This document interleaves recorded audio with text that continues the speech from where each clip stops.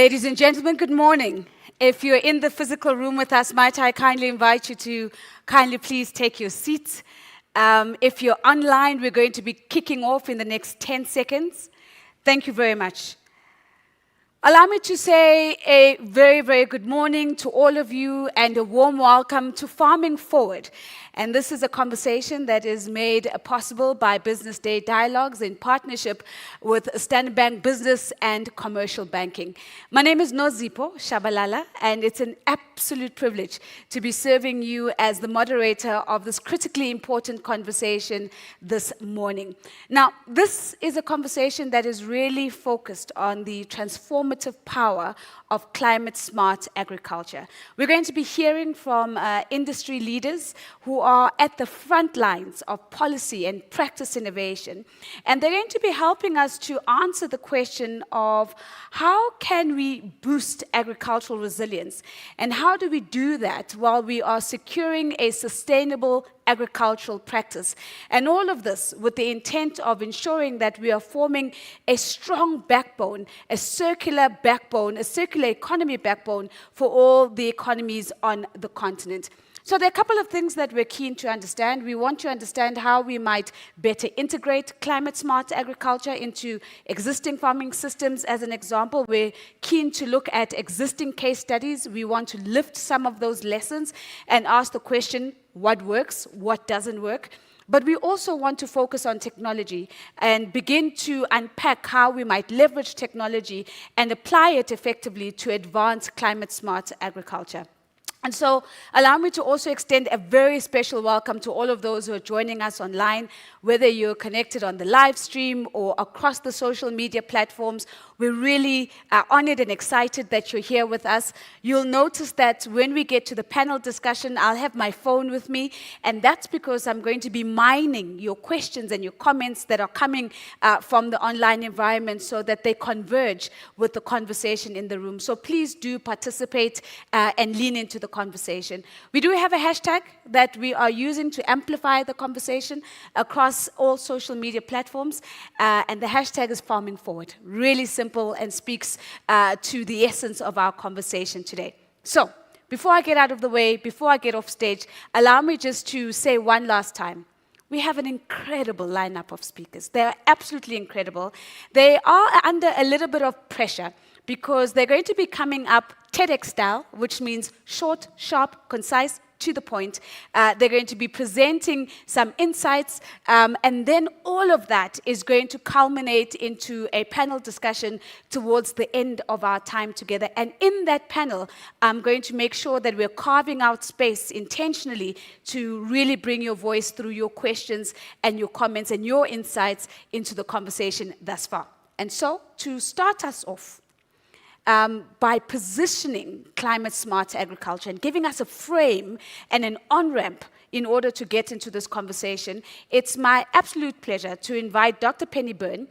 She is an ESG investment analyst with Standard Bank Group Securities, and she comes in with the following, and I must say I was quite intimidated when I was reading this bio. She has an MSc in pure mathematics and a PhD in climate science, and all of this, of course, gives her a really solid foundation to help us interpret some of the environmental risks and what they mean in the agricultural space. So let's give Penny a big round of applause as she comes up. And Penny, as you come up, we can give her a big round of applause. She's got a timer in front of her that's going to be counting her down on 10 minutes. And if she starts ignoring the timer, the rest of you will see me get up. And so we'll know that Penny has done with her 10 minutes. But Penny, it's over to you. Fantastic, thank you. Where's my timer? Oh, is it coming up still? Okay, good. Yeah, that's the only thing I'm worried about, that I'm going to be able to keep this to only 10 minutes. Excellent, there is my timer. So without further ado, let's get going. So today I hope to just kind of frame the discussion to talk about why we're here at all, what is happening with the state of the climate. 2023 was the hottest year on record by huge margins. It was 0.2 degrees Celsius above the previous record holder. 0.2 degrees doesn't sound like a lot. Believe me, it really, really is. So we've seen this massive trend of increasing temperatures over the past couple of decades. This is the year-to-date temperature anomalies for 2024. So we can see here that up to September this year, we're tracking well above 2023 in terms of year to date. So each of these months takes the previous month of the year and gives you that month's, and they're comparing this to the 30-year period 1991 to 2020. The previous chart was comparing to pre-industrial. So I know if we compare against different things, sometimes people get confused, so I just wanted to make that clear. There's every chance this year is going to end up being the hottest year on record, as you can tell by this chart. And so this trend of more records. Everyone's getting a bit of record fatigue. You'll see I talk about a lot of records, and unfortunately we're becoming a little bit, it's not having the same impact on us that it used to because we're getting so accustomed to seeing record after record. The reason we're seeing this increase in global average temperatures is as a direct result of greenhouse gas emissions. This is only showing you greenhouse gas emissions as a result of fossil fuel use. This is not including all land use. When you include land use change and other changes, you're at more like 54 billion tons of CO2. Just from fossil fuels, 37.5 billion tons. Unfortunately, we did see an increase in 2023 on the year prior. We were hoping for peak emissions. The International Energy Agency has been speaking a lot about when we're going to see peak emissions. And unfortunately, in 2023, drought across parts of India and China meant they couldn't produce as much hydroelectricity, so they had to burn more coal. And so we did see an increase in emission. Unfortunately, this year so far, we're also on an increase compared to the same period last year. We've had a number of reports come out. This time of year, we've got COP29 starting in 1 week, and ahead of COP, we always see all the scientific bodies release a lot of reports to try and help inform policymakers as they gather. And unfortunately, this is the World Meteorological Organization's Greenhouse Gas Bulletin that finds that all 3 of the major greenhouse gases, that's carbon dioxide, nitrous oxide, and methane, have reached new record high levels in the atmosphere. We've been saying this for quite a number of years now. As you can see, this chart's going nowhere but up. Unfortunately, we are not on track to meet the Paris Agreement goals. So this is a chart that might be a little confusing if you haven't seen it before, and I've got 2 updates here. So this is from the Climate Action Tracker. They're an independent group of scientists based in the UK, and they look at current policies and pledges and infer what that'll mean for emissions and therefore global average temperatures. Unfortunately, between the 2022 and 2023 update, there was no progress made, and in fact, as you can see on some of the targets, the bands of temperatures have moved up, and that's just because of the amount of warming we're seeing come into the system. So under current policies and pledges, we're expecting around 2.7 degrees of global warming. If you only take current policies into account and you ignore the pledges that countries and companies have made, it's more like 3.1 degrees of global warming. We're currently sitting at about 1.45. Well, the past 12 months have been more like 1.64 degrees above pre-industrial. So 3.1 degrees is going to make life a lot more difficult. They also track 42 different indicators to see whether we're on track in terms of the pace required to make changes out to 2030. Unfortunately, only one of these 42 indicators is currently on track, and that is the share of electric vehicles in passenger car sales. And again, unfortunately, this year we've seen a slowdown in demand because a number of the countries that had incentives in place for EV purchasing have started to roll those off. So I'm nervous that this will go back into that off track. Unfortunately, almost everything is off track in the wrong direction entirely, or we don't have enough data to make good statements. Some of the expected changes in terms of the rainy season across Africa. So this is not a historic, this is using a climate model to go forward. And what's interesting here is you can see, do I have a laser? It doesn't matter. So on the very left-hand chart there, it's showing you onset of rainfall, and this is using the agricultural definition.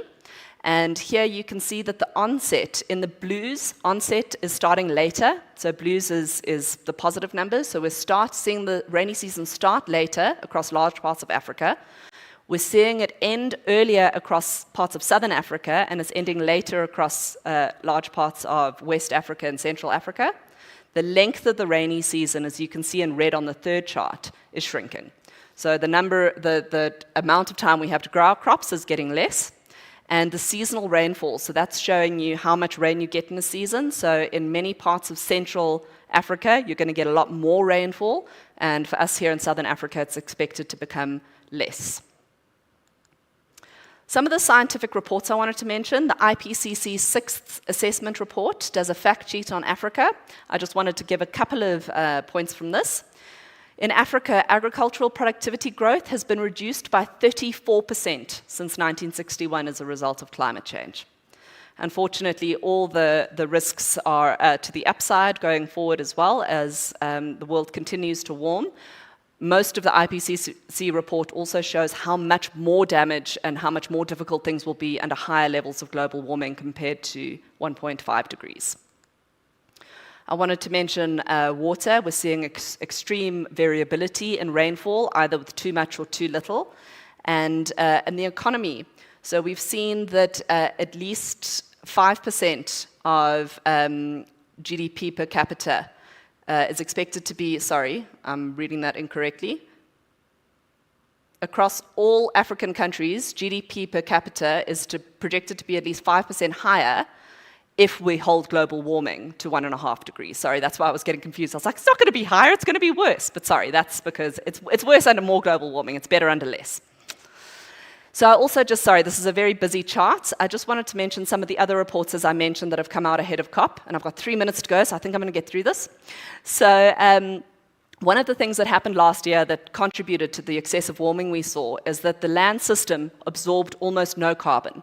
So typically in the carbon cycle, the oceans absorb a bit, the land absorbs a bit, and the land also creates some, as we all learned, I guess, in high school. Unfortunately, last year, forest, plants, and soil together absorbed almost no carbon, and that's because of droughts and wildfire. So the Amazon rainforest is experiencing a very bad drought. So the Amazon is usually one of the big sinks. The only forest that actually absorbed more CO2 than it emitted was the Congo Basin. We also wanted to mention that water stress, the World Meteorological Organization released a State of Global Water Resources report, and they show that with 5 consecutive years, for the past 5 years, we have seen below normal river flows and reservoir inflows. So the water stress is only increasing. But of course, as you add more people to the planet, then you have more demand on water, and so we do expect that water stress is going to keep increasing. They also had a State of the Climate in Africa report, and this shows that African countries are losing, on average, between 2 and 5% of GDP per year, and they're diverting up to 9% of their budgets to respond to extreme events. So one of the issues that's going to come up at COP29 is operationalization of the Loss and Damage Fund, which is to help countries such as South Africa, developing nations, to cope with these extreme events so that they don't have to spend their own budgets on it. Some of the other main themes is the international community is going to have to come up with a new climate financing target, which is being quite heavily contended. But COP29 starts next week, and this is the global forum where world leaders come together to try and really tackle the climate crisis. And on to my last slide, and I so made it with time to spare, so now I can go on a tangent, which is wonderful. There are still plenty of reasons for optimism. Things would be a lot worse now if not for the massive increase in renewable energy that we've seen across the world. Emissions would be even higher. So I also put the slide in because I'm usually told that I'm too pessimistic when I present, and so I should try and end on a positive note. And I wanted to mention just in this forum, I'm going to switch hats for a second. I also do a weather and soft commodities forecast. We are expecting La Niña conditions to form sometime soon. We were expecting them by now, and it keeps on getting pushed out. But we're very hopeful that we're going to see an excellent rainfall season across South Africa. Of course, good rainfall does come with the risk of flooding in certain regions and, of course, hail events. But we're quite optimistic that for this season, hopefully things will look good. And, of course, the only thing I can say with certainty is we will see more extreme events throughout the course. And I've got 10 seconds to spare, so thank you so much for your attention. Thank you so much, Penny. I think that was fantastic and a positive note. Let's give her another round of applause, a little bit. I wanted to say a warmer round of applause, and I realized that might not be appropriate in the context of what we're speaking about today. Lots of things that Penny has raised, but one of these that she mentioned in passing but has really stuck with me is the difference between policy and pledges. And as COP29 comes and kicks off next week, I have no doubt that we're going to hear even more pledges. The evidence is the extent to which those pledges actually translate into policy change and policy implementation. And so thank you very much for sort of putting that on the radar for us in the conversation. Ladies and gentlemen, I hope you're still with us. If you're still online, we're going to move on now to a speaker who's then going to help us build on Penny started us off by positioning climate smart agriculture by looking at the broader picture of what's happening in the world in terms of climate change. This next speaker then introduces the concept of cultivating resilience, and she's helping us to answer the question of what is agricultural's role in climate change mitigation and adaptation. It's my absolute pleasure to welcome onto the podium Dr. Andrea Kemper. She's a senior manager looking after sustainability and agribusiness at Standard Bank. She leads initiatives in climate smart agriculture across 14 African countries and looks for carbon market opportunities as she does that. Let's give her a warm round of applause. Thank you so much, Andrea. Thank you. Great. Good morning, esteemed guests, and thank you for the opportunity. Did you know that according to the Food and Agricultural Organization, climate change could reduce global agricultural productivity by at least 30% by the year 2050? While we need to feed approximately 10 billion people by then.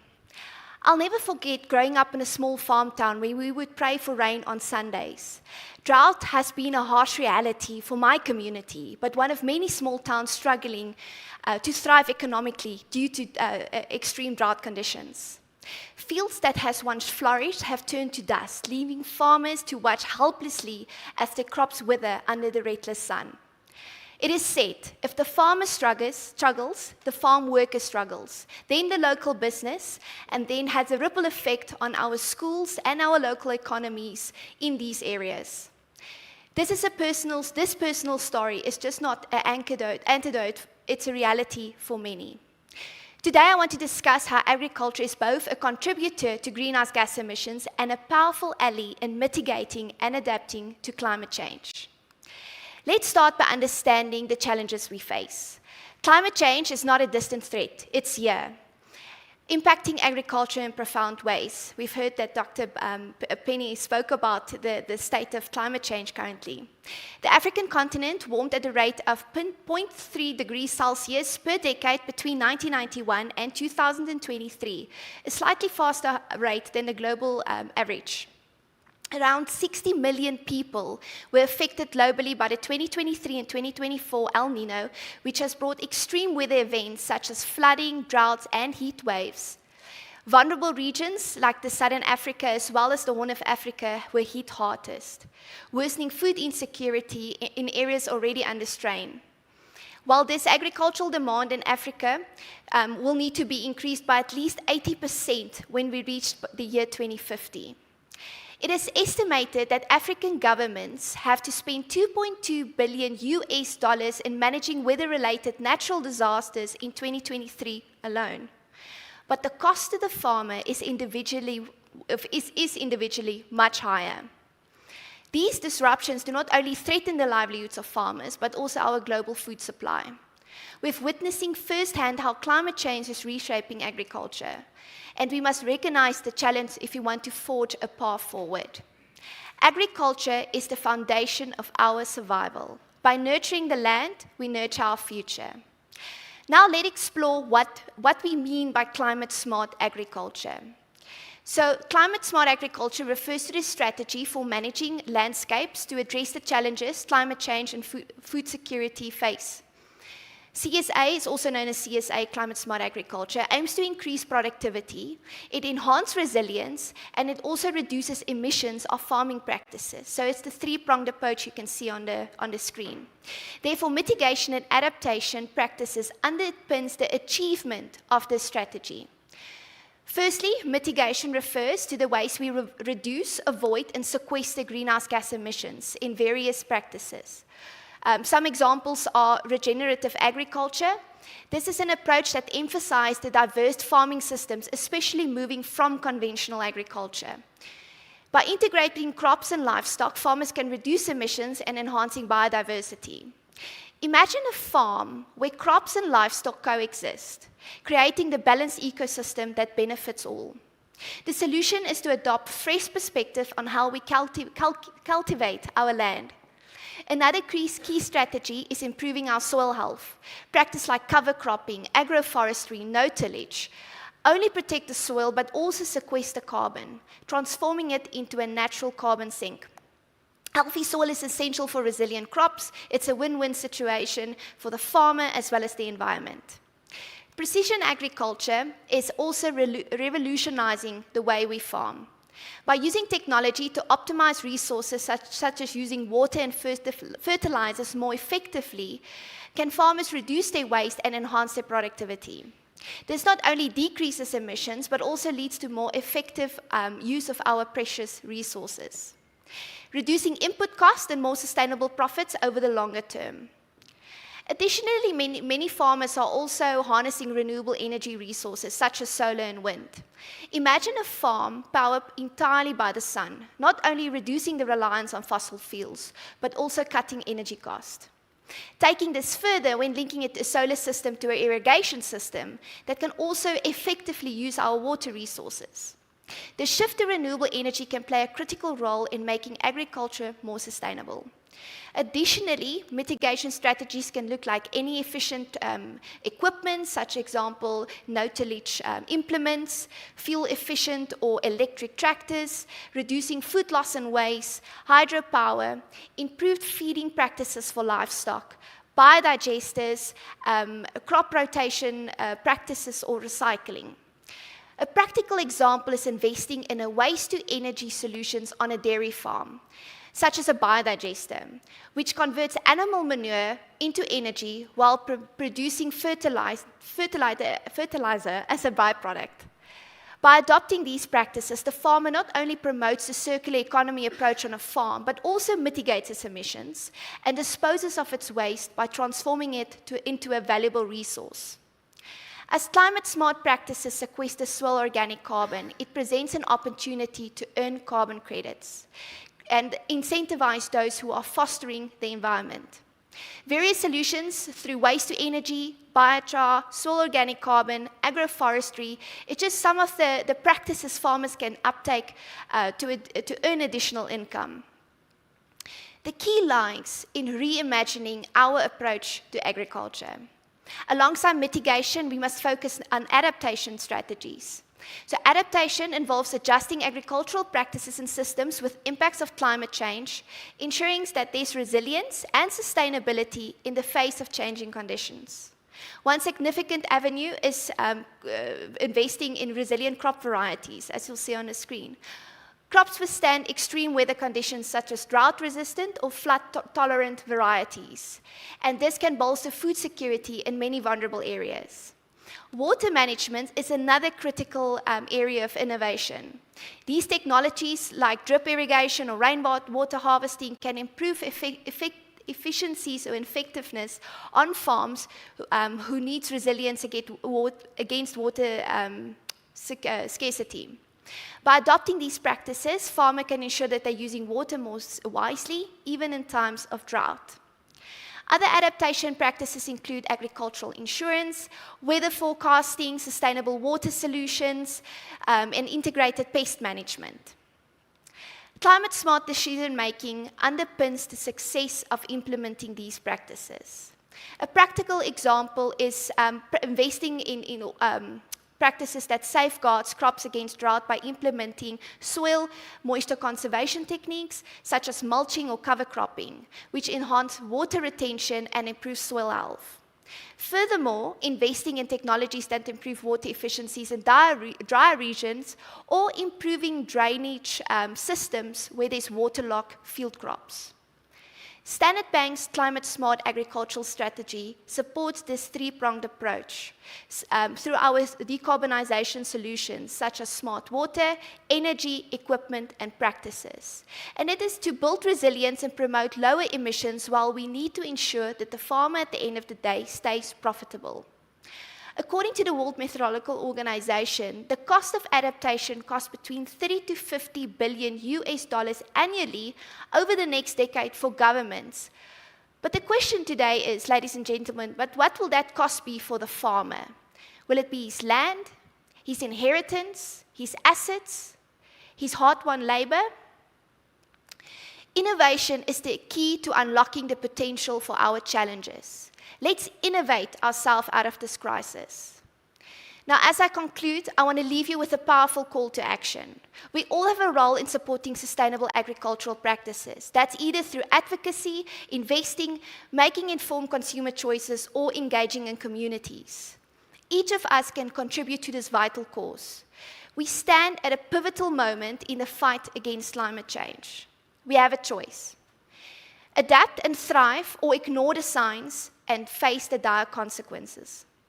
By embracing mitigation strategies that reduce emissions and investing in adaptation practices that enhance resilience, we can transform the agricultural sector into the cornerstone of climate solutions.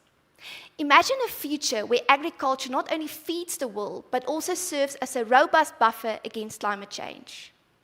Together, we can cultivate a future where our farms are not just a source of subsistence, but a powerful ally in a battle for a sustainable planet.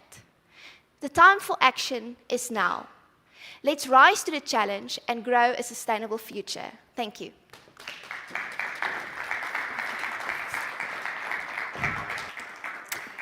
Thank you so much, Andrea, for that rousing call to action. We can innovate ourselves out of this crisis. And I think Andrea's done a fantastic job of really painting the backbone of climate smart resilience, and in particular, helping us to look at the mitigation and the adaptation possibilities and options as we look at climate smart agriculture rather. Ladies and gentlemen, our next speaker is going to be speaking to climate smart agriculture from the perspective of a development finance institution. He has been a part of the World Bank since 2005. He's worked both in the Africa region as well as the East Asia Pacific regions. He holds a PhD in agricultural economics. And I found out earlier today that his language, which is Chichewa from Malawi, is very similar to my home language, which is isiZulu. His name is Dr. Hardwick Chale. Chale means blanket in Chichewa, and Chali means blanket in isiZulu. So let's give him a warm round of applause as he comes up as well. Thank you. Thank you. Thank you so much, Nozi. Yes, I think she introduced me very well. Charlie means blanket. I'm coming from the World Bank, and I'll be talking to you about the perspective of a development financing institution like the World Bank on the issue of climate change. I think the colleagues that have been here before me have explained very well the science behind what we are talking about here today. So I'll just go straight to what we need to do. I think they have said that we actually face a perilous food systems if we do not innovate to change. We certainly need to do that and do it right now and do it very quickly. And so that's the role that we have as institutions that work in this space, whether we are financial institutions, development institutions like ourselves, the government, and even the private sector, those people that actually do the business of agriculture. So at the World Bank, our mission is to eradicate hunger or poverty and boost shared prosperity on a livable planet. So if you look at those three aspects of that mission statement, they all talk about sustainability. That's the issue. How do we sustain the food systems that we have? I think we have in literature a lot that has been written about the fact that our current food systems are unsustainable because of so many reasons. I think some of which have already been presented here. We are encroaching into the environment, causing lots of issues, but at the same time, we also face lots of people that are going home hungry, and we certainly need to fix that. I think the other dimension is the fact that our food systems are actually causing a lot of the greenhouse gas emissions. At the World Bank, we have just produced a report which we call a recipe for a livable planet. And what that report actually says is that the food systems, as it currently stands, is emitting about a third of the global greenhouse gases. And so we have to change. We have to change the way we produce and consume food. Otherwise, we are going into a future that is uncertain. And so at the World Bank, we do have a department which looks at agriculture and the food systems. And our focus there is to basically support countries to transform their food systems. And transformation of the food systems entails the three areas that I think the first presenter talked about. We have to produce the food that the world needs. We also have to do that while making sure that the producers' resilience and adaptation is built, and also while reducing the greenhouse gases that come from the food systems. And so we see that climate-smart agriculture actually meets all those three aspects. That is why the department which I work for actually focuses on scaling up climate-smart agriculture in our food systems. And how do we do that? We do that in a number of ways. First, as a development financing institution, we provide the funding that governments or stakeholders need to be able to scale up climate-smart agriculture. We know that even though the food systems is responsible for about a third of the greenhouse gases, it receives only about 4% of the climate finance. And of that, only about a fifth or 20% goes to meet the needs of the smallholder farmers that actually produce the food. So there's a lot of gap there that we need to fill in, assist the governments meet the financing needs that they need to be able to support the sustainability of the food systems. We know also that as we stand right now, we need to deepen the knowledge in climate-smart agriculture. It's an area that has actually been studied quite a lot. A lot of research and development has gone on, but there's still a lot that we need to know. And so we need to provide the funding that governments need to continue with the institutional capacity, particularly for research and development, to be able to come up with innovative technologies and how to use them better in the farming systems. I think we also need to do that to make sure that the institutions, particularly the governments that we work with, have the capacity to be able to facilitate scaling up significantly the adoption of climate-smart agriculture. The research that we have, at least in the bank, shows that the adoption of climate-smart agriculture is both slow as well as limited in many, many aspects. We have at least a total of about 1.5 or 1.4 billion hectares in the whole world in terms of arable land, and of that, about 25% is in sub-Saharan Africa. But what we know is that just about half, or even less than half, of that land is under climate-smart agriculture today. So again, there is a gap there that we need to fill. We need to scale up significantly the amount of land that can go to be produced under climate-smart agriculture.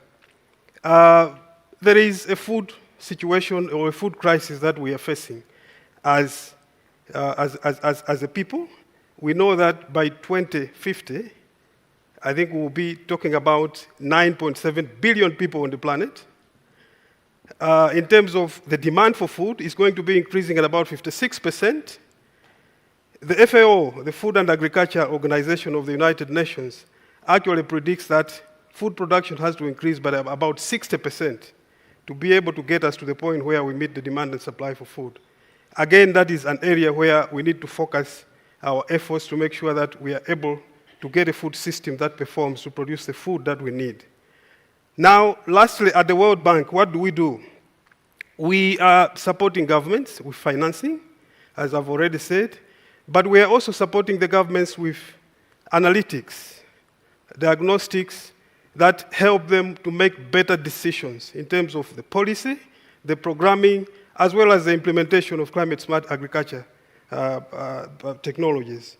We have what we call the Country Climate and Development Report.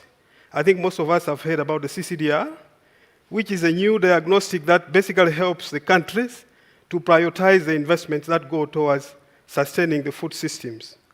At the same time, we also provide what we call the Food Systems Multi-Donor Trust Fund. This is a pot of money that is put together by development partners and countries to help the countries to scale up significantly the adoption of climate-smart agriculture. This multi-donor trust fund is actually administered by the World Bank, and so countries can access the resources that they need to do that. But beyond that, we also do what we call climate-smart agriculture country profiles. This is basically profiling the challenges that countries face and how they can deal with the agricultural challenges using climate-smart agriculture as an approach.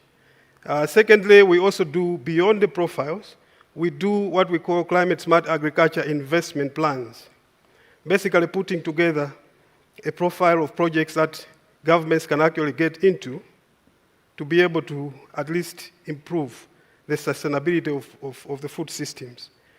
We are working closely with governments, either through the international research and development institutions, we call them the CGIR, which work closely with the national agricultural research systems to be able to help governments deal with these challenges that we are facing. And so in this forum today, I think what I want to underscore is the fact that we need to do a lot of collaboration. We need to strengthen the collaboration that actually exists between governments, the private sector, the development institutions like ourselves, but also financial institutions like Standard Bank. It's very important because the problem that we are facing is actually huge, and we need to hold hands to be able to help our stakeholders in the best way possible. I think finally, I would like to say that in the World Bank, we have both the public sector side as well as the private sector side. And so I would be failing if I don't talk about the IFC, the International Finance Corporation. Their office is right here in Joburg. They are also keen to work with institutions, particularly financial institutions like Standard Bank, to see how best we can raise the profile of climate-smart agriculture, not only in South Africa, but in the countries in the southern region as well. So I would want to stop there. Director of Ceremonies, thank you so much. Thank you.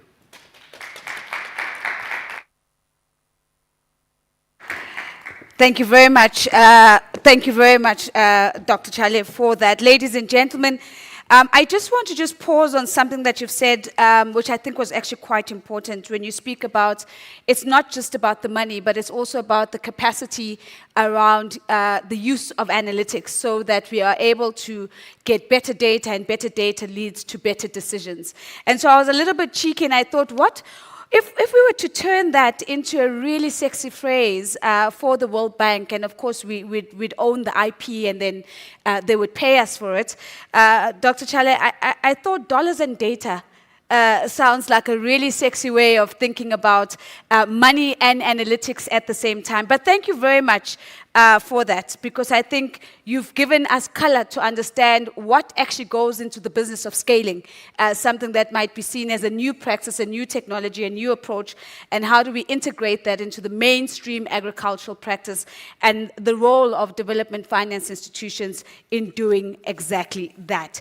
So, ladies and gentlemen, our next speaker is now going to focus us on what are some of the really exciting, innovative solutions that we are seeing either already in play or emerging on the horizon.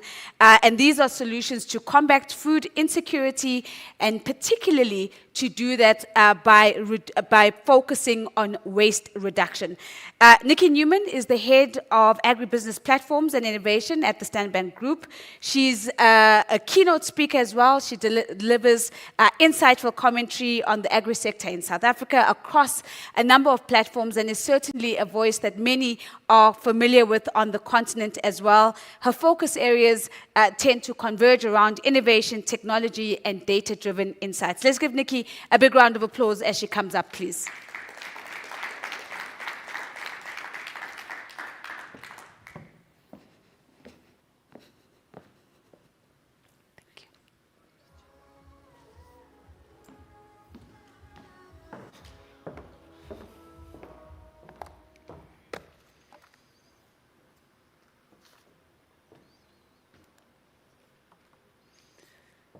Good morning, everyone. Food insecurity and food waste. Can we address the food loss and food waste to drive food scarcity and food security and sustainability across the value chain? That is the overarching question of today. Globally, 281.6 million people face high levels of acute food insecurity, while 1.3 billion tons of food is lost or wasted. This imbalance in our food system is sobering. 10% of global greenhouse gases come from food that is produced but not eaten. Food that is wasted carries a much heftier greenhouse gas emission and impact to the planet as opposed to plastic production and even oil extraction. Food waste has an enormous impact on society and the economy and environment at large. As such, reducing food waste presents a powerful opportunity to make a positive impact on climate change, the cost of living, and food accessibility. It's not only the food waste that we can see, it's the resources and the energy that goes into producing food that we need to think about. About 25% of all fresh water is used to produce food that essentially goes to waste. 11.5% of land is used to grow food that goes to waste. This equates to a larger space than China. Sobering, isn't it? So $1.1 trillion is the cost to the world of food waste. But yet we sit with 2.4 billion people who are food insecure. Food waste, it goes across the entire value chain. It doesn't only sit at a farm or at a consumer level.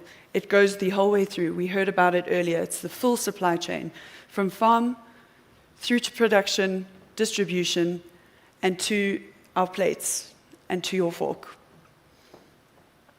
There are efforts around the world that we are seeing to improve and opportunities for us to look at when it comes to food, minimizing food waste and food loss in the value chain. In South Africa, we know that we are a country facing food insecurity, with increasing need for us to support vulnerable communities, yet 61.5 billion rand is lost to food waste. Yet we sit with 27% of children who experience malnutrition. It's just so starkly opposing. So what are we doing as organizations and as individuals to support this movement of firstly driving awareness and also minimizing food waste in the value chain? It affects the climate as well as it affects our economy. About 37% of food is lost in sub-Saharan Africa between production to consumption. Wasted food is wasted opportunity. It's a wasted opportunity for us to support better business, support in the environment. It's a wasted opportunity for us to support our communities, and it's a wasted opportunity for us to do better business. Moving up to around the globe, or around the continent, where we see opportunities for us to enhance and support food waste. We're seeing strategies around regenerative agriculture, climate-smart agriculture, which we've heard about today. We've also heard about the opportunity to transform agricultural byproducts into valuable assets, such as biogas. We also need to improve storage and transport, as well as support food banking, an interesting concept I'll talk about shortly. Enhance our policy and encourage businesses as well as organizations to increase their commitment towards minimizing food waste and food loss. And lastly, drive awareness between ourselves and at an organization level. Moving to Kenya, across the continent, an example, we're seeing about 50% of food is lost in fruit and vegetables, mainly due to transportation issues, infrastructure issues, and as well as the supply chain challenges. How we're seeing an opportunity for food, to minimize food waste at a farm level is through solar-powered cold storage. We know that solar power is a clean energy and an opportunity for us to enhance how we produce food and store food. And companies like Soko Fresh happening in Kenya, they have provided rural hubs where smallholder farmers can deliver their produce and it can be stored and exported, getting ready for export, particularly in the avo value chain. So essentially minimizing post-harvest food losses, which is one of the first steps in minimizing food waste in the value chain. Secondly, moving to the Western Cape, Abelobi is an online digital platform which actually connects small-scale fisheries with conscious consumers. They use a platform that collects data from the fisheries themselves, as well as connecting those fisheries to a conscious consumer, minimizing the length of the supply chain and optimizing access to market for those small-scale fisheries. Importantly, in that example is the data. It was mentioned earlier, the role of data in driving sustainability and awareness of value chains and waste in value chains. Food banking is another concept that's extremely important in minimizing food waste in the value chain. Food banking requires collective and organized system for storing, distributing surplus food to people facing hunger. By diverting surplus food from those landfills to those in need, food banks help reduce carbon emissions, which are a significant component of GHG emissions from food waste. Methane has a global warming potential 86 times greater than carbon dioxide over a 20-year period. So food banks often rely on volunteers and donations, and they are a critical part of our social safety net, ensuring excess food is used to its fullest potential. One Farm Share, in partnership with Standard Bank, has helped redistribute over 25,000 tons of fresh produce and food to needy South Africans. This equates to 100 million meals or 13 Olympic-sized swimming pools. And that food is not only procured and rescued on farms, we are also supporting rural development and smallholder farmers with access to market and ensuring that their produce can effectively reach a consumer before being wasted. A great example from one of our clients and a One Farm Share customer or contributor is Mutan Valley Farm in the Western Cape. They had a situation where they had a bountiful harvest. They were storing their apples in cold storage, using energy, waiting for juicing facilities. They also had no demand for export. As a result, that food was going to waste, or it was costing the farm money and energy. That food, 101 tons of apples, were sitting in cold storage, was redistributed through the One Farm Share program to needy communities across the Western Cape. And this is an example of how food banking can work, and it's supported by Standard Bank. So the last theme I'll talk about is the ugly food movement. This we're seeing greater traction across the globe as opposed to on the African continent. There is opportunity for it on the continent as well, but what it is the opportunity for farmers for organizations, retail, etc., and consumers to procure directly from the farm, and typically produce that is ugly and not retail grade. So that is, it's either packaging has failed, it has specks and marks on it, or it is the wrong spec entirely. This movement often allows discounted produce to be purchased directly from these platforms, and it's a new way of purchasing food essentially, and we're seeing growth in that in developed markets.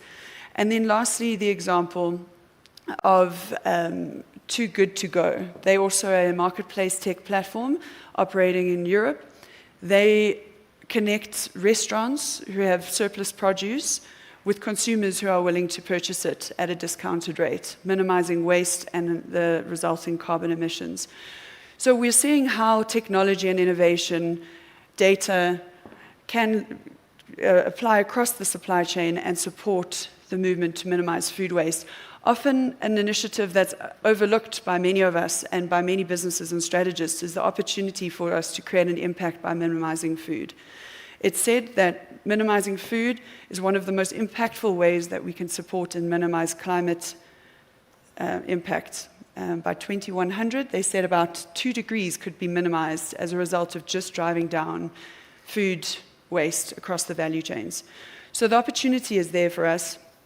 And as a result, we need to think about the food system and how we might do things differently.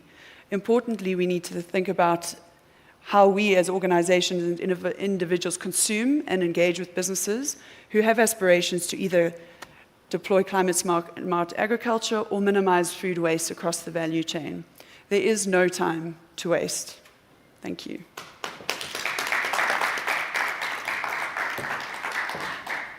Absolutely excellent, Nikki. Thank you so much. Let's give her another round of applause, please. And whether you're in the room or online, I certainly hope that you are lifting up some of these insights and sharing them on your social media platforms. The hashtag is Farming Forward, and it really is been a morning thus far that has been just filled with so many rich insights, and I'm certain there's been much to share. Nikki, thank you very much. I think what you've done is really brought the promise of practice innovation into the room. When we started this morning, we said we wanted to hear what's working and what's not working, and so many excellent examples of what's working. And of course, as we listen to that, we turn to hard work as well, and we say, how do we scale? How do we make this more accessible so that we can really tap into those centers of excellence? The ugly food movement. Thank you very much for introducing that as well as food banking into the conversation. Ladies and gentlemen, we go now to a bit of a macro perspective. We're going to be lifting our eyes to take in the economic perspective, and in particular, zooming in on the trade requirements and BRICS benefits in the context of the conversation we're having around climate-smart agriculture. My next speaker likes to quibble with me because we're not quite certain who's older between him and I. He doesn't want to be called little brother, so I'll take little sister for now. But he is the chief economist of the Agricultural Business Chamber of South Africa. He's the author of 2 books, the title being A Country of Two Agricultures, The Disparities, the Challenges, the Solutions, and the second being Finding Common Ground, Land, Equity, and Agriculture. Allow me to also just highlight that he's a senior lecturer extraordinary at the Department of Agricultural Economics at Stellenbosch University and a member of the President's Economic Advisory Council. Please let me welcome Wandile Sihlobo to the stage. Let's give him a big round of applause. Nice to see you. Thanks so much, Nozi. You are very kind. Colleagues, if you were to meet the South African farmers at the start of this year, and you check what the mood was like in the room in various farmer meetings, I think you would leave with knowing that the sentiment was quite downbeat. And there were a number of things that were causing people to feel the way they felt in the South African environment. But one of those had a lot to do with the theme of the conversation today, which is that there was a drought, and secondly, the fact that the political environment was also tough in the country with a lot of uncertainty. But if you fast forward and you go to the third quarter of this year, and you ask the guys how do they feel about the environment of farming in South Africa, like what we see in much of the other sectors of the economy, there is optimism.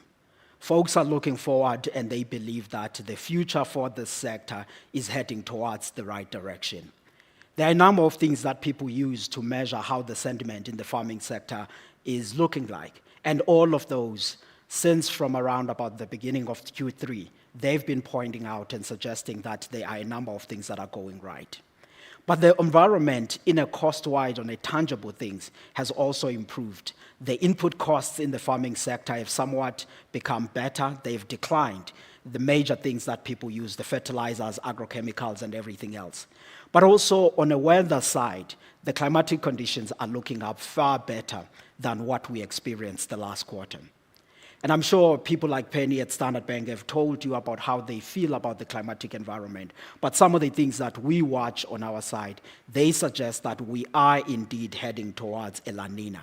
It may be a matter of timing, but we think that if this materializes, it will further propel the optimism that we are seeing in agriculture for another year or two which means we are in a sector and in an environment that really will carry people forward. Standard Bank is an African bank, not a South African bank, and I think that this optimism speaks not only to us, but the entire region in Southern Africa. If this materializes, this is the good news that you will begin to see.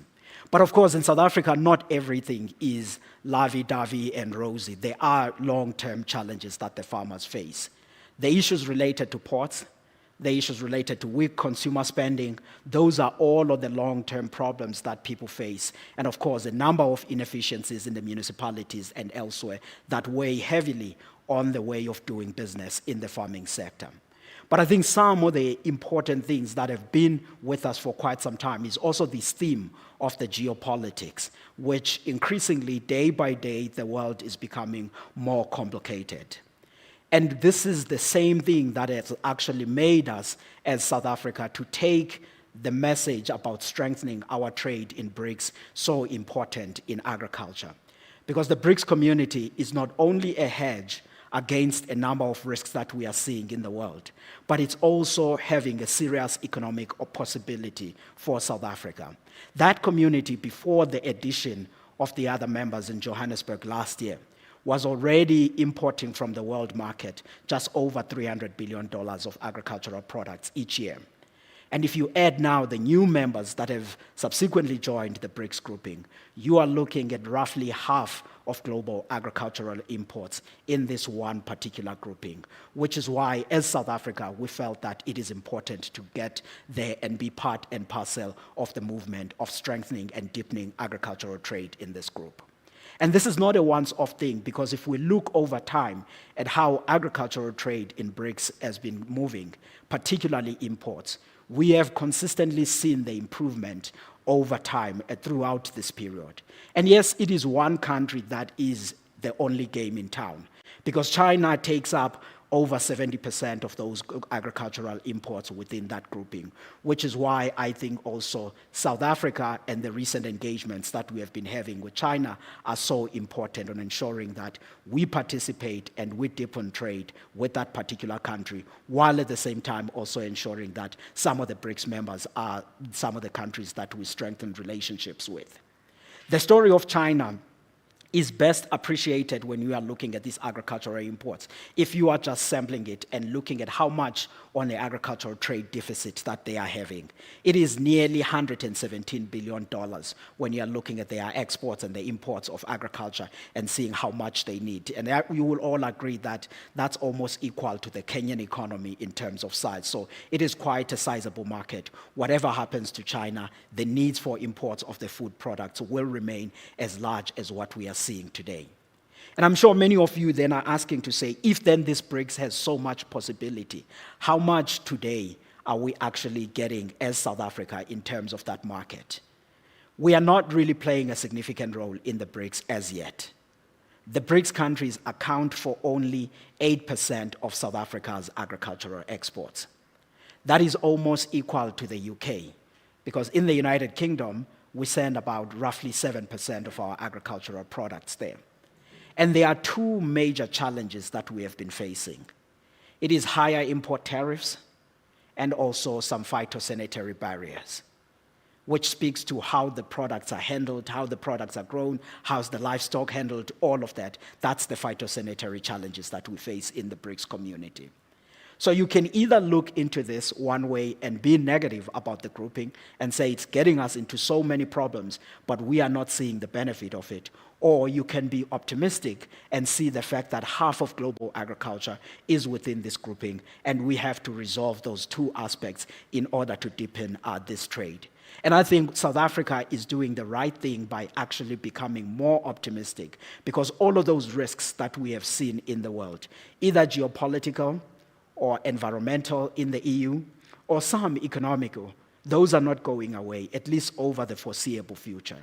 And the only thing that as South Africa we can do is to ensure that we widen the markets that we can export to. Because this growth that we have enjoyed in the exports over the past few years, all of those markets that we have intensified on, we are reaching levels where I could say in some, we are close to being concentrated. About 40% of our agricultural exports go to the African continent. And in the African continent, 90 cents in every dollar is within SADC. Some may say because of the African Continental Free Trade Agreement, we will reach other areas in the Maghreb region, West Africa, and you name it. But if you look at the diet and the income level in some of these areas, at least from our side at the Agricultural Business Chamber, we have doubts about the possibilities of the agricultural exports in a greater extent into the African continent. We think that intensifying in Asia and much of the Middle East is perhaps an appropriate step over the next few years. In the EU, the environmental policies that are there, they are well placed, but also they are used as a barrier to block some of the competitors.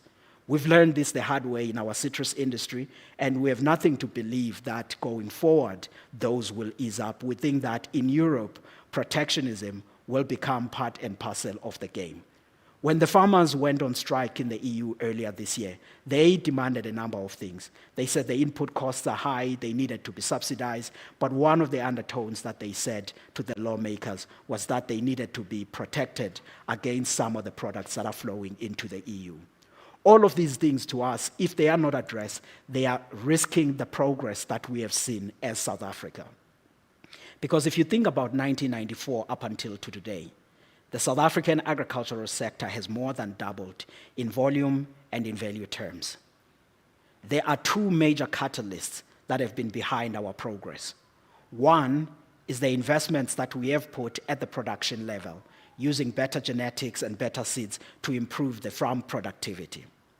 The second aspect is opening up as many export markets as we can.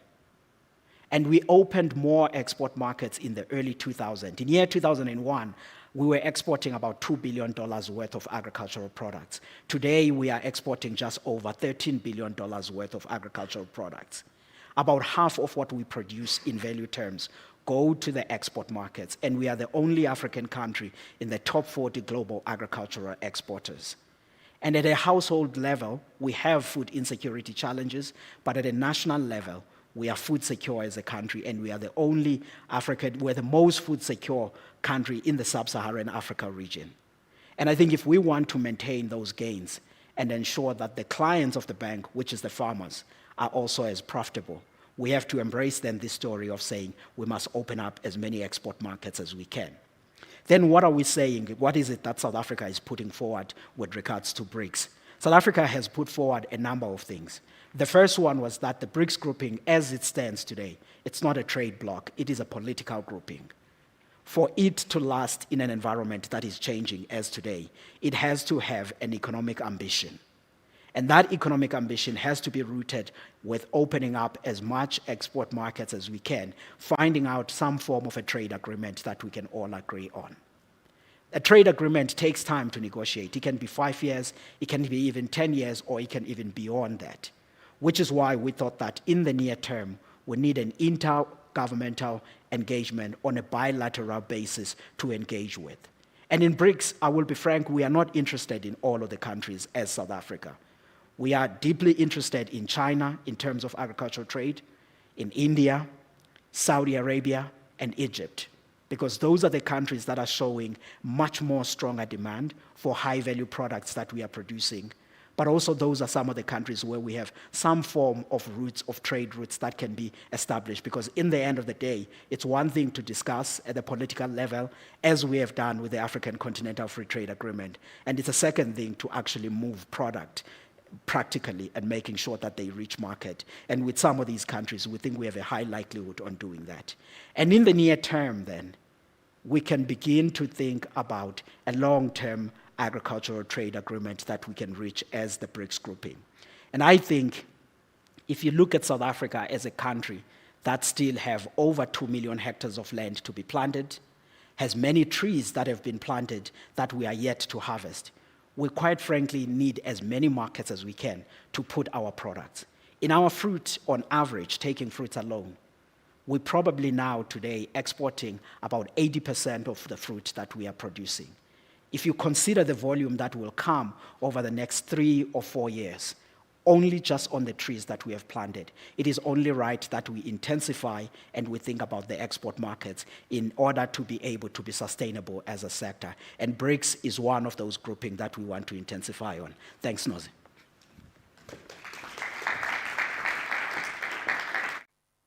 Thank you very much. Thank you very much, Wandile. Bringing to the fore some of the policy tensions and how they play out. If one member has protectionist policies and another one is pushing an export policy, how do the two reconcile and find each other?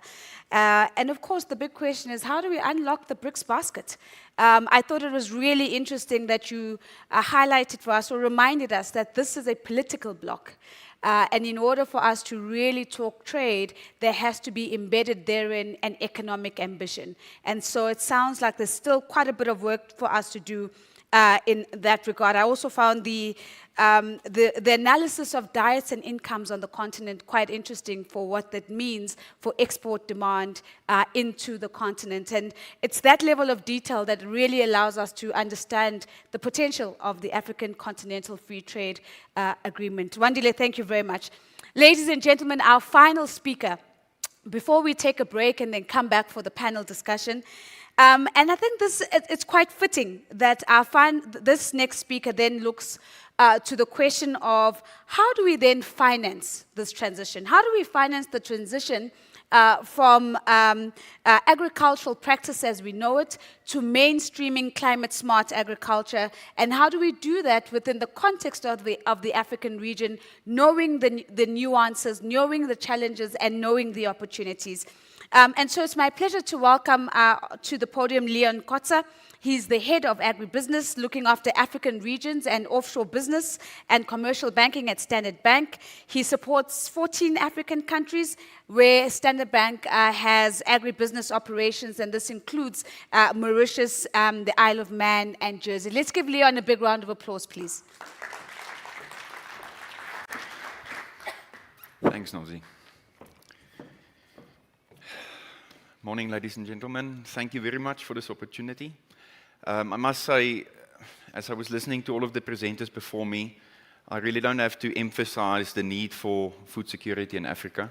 So there's a few slides that I think I will be able to save a bit of time on. So let's just get going. I think, Wandile, you spoke wonderfully about policy. And, somewhere the rubber needs to hit the road. And that is where our focus is. That's the practical side of it. And, we are a commercial bank. We have partners in the DFI world, but, we have regulators. We are working with depositors funding here, so we have to also steer very cautiously as we go out and support customers in their ambitions. Okay, so to get going, this is just a map, and you can see, as many speakers have spoken, there's a food security challenge in Africa. Two of the main factors that's feeding into that at this moment is geopolitical unrest as well as climate change. And in a very recent report from the Africa Agricultural Trade Monitor, there was a chapter that they included around climate change and the impact on agriculture. And three things stood out. And if you listen to everybody that spoke to the audience here before me, I think these things will resonate. So the first thing is the ambiguous effect of climate change, and that we will have regions that benefit and regions that will be negatively impacted. And that will change as the seasons change. This past season, we've had quite a severe El Nino impact on the south and central region. We had fairly good production. There were some floods as well, but in East Africa, we had quite a surplus in production. And that caused surplus production and shortages. And that leads into the next thing, what they call the climate change trade nexus. And that's effectively one of the levers that we have in the immediate future.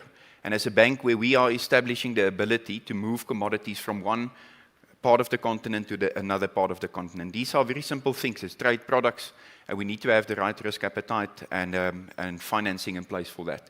The third thing, once again, everybody spoke about this, is the comparative advantage of agriculture in the future. And if we look at the long-term projections, we do anticipate that Africa will be disproportionately negatively impacted by climate change over the long run, compared to the rest of the world. So we've got quite a challenge. And we've seen it in our clients, whether it's destruction of their crops, drought, floods, heat waves, hail in desert parts. So it's been quite severe. And it's keeping us quite busy as a bank. So just to talk about how we are set up as Standard Bank in Africa regions, this is our footprint. We've got dedicated teams in each of these markets driving our strategy. And the statistics around the significance of agric in Africa is quite clear. We have 6 main drivers, of which climate change is one of those drivers, and as part of our strategic pillars, the 5 strategic pillars for Standard Bank climate change is seen as an opportunity to finance climate-smart agriculture. So in simple terms, this is how I understand it. There's some very close correlation in how we describe adaptation, sustainable, and mitigation to this curve, where we're moving from conventional practices where we're effectively degrading our natural environment to a state where we are in balance, and we have basically not taking away, but also not giving back, to a state of mitigation, where we're now farming as restorative and regenerative agriculture. So that's the theory. We support this in 4 categories, basically by financing clients in their use of water, in the use of certain equipment practices, as well as energy. The uptake in Africa has been very much water and equipment, and it's just the fact that clients have been focusing on this, especially on our commercial side, in terms of mitigating against droughts, being able to do double cropping, improving their yields, using their resources to the best of their potential.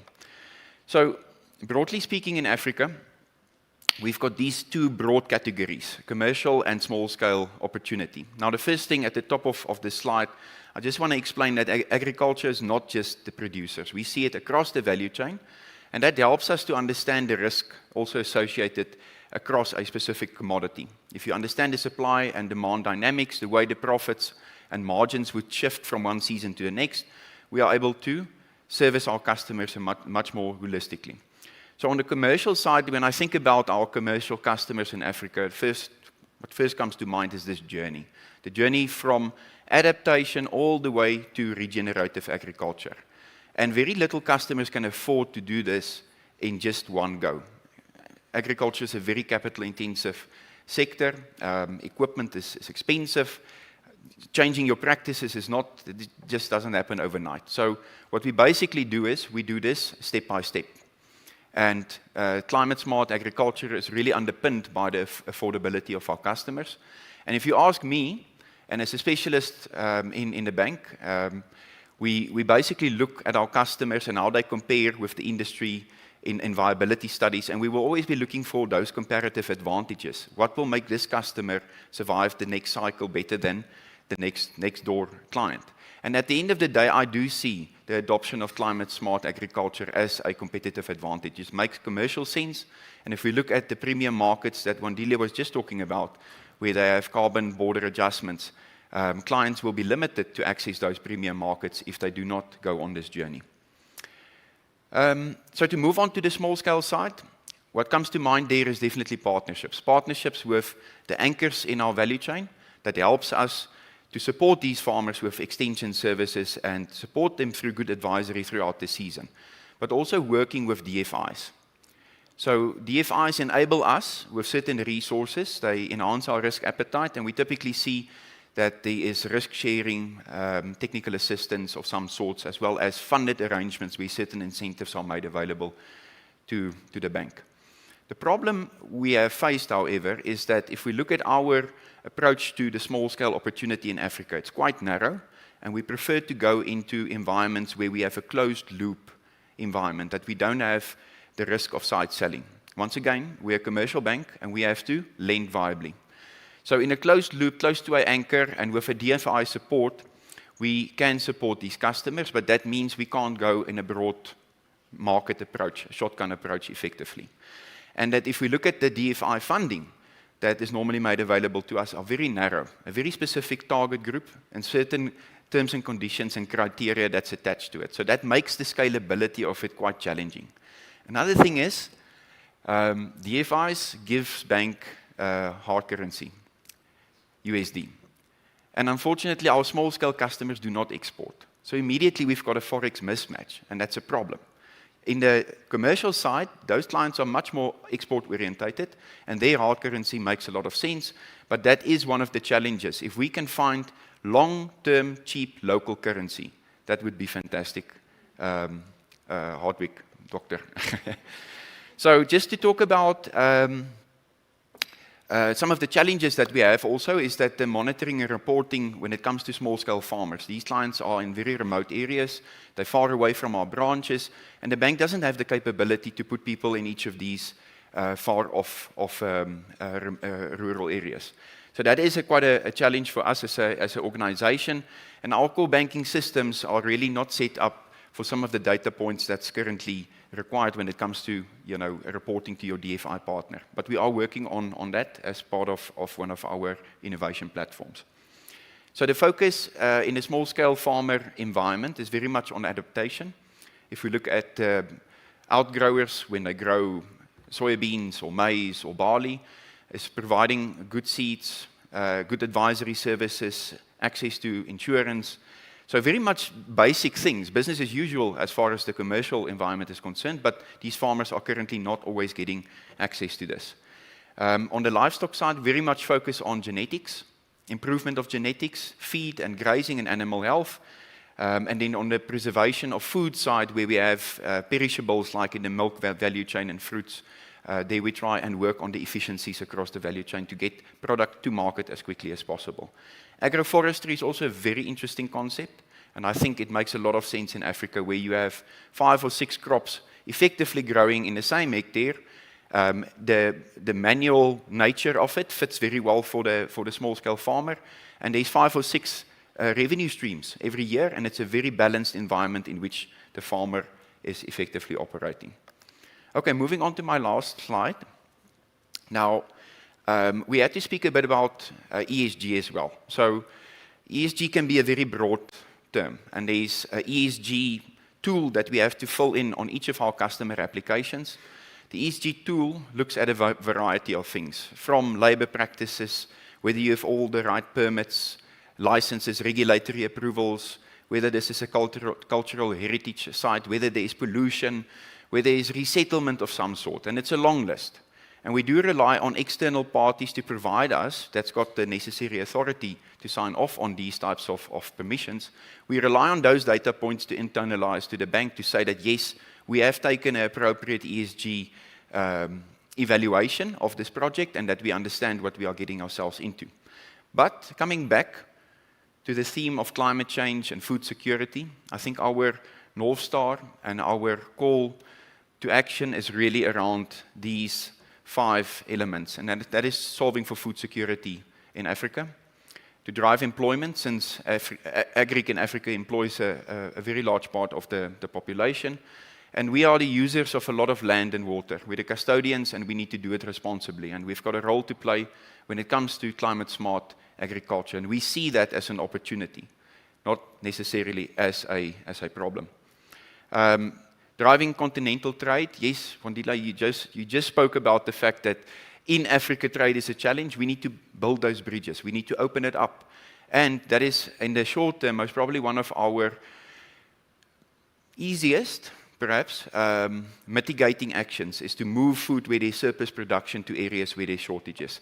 And lastly, we really like to support customers in the secondary space where we are taking the commodities we're producing in Africa, adding value that we can reduce on our import bill, effectively import substitution.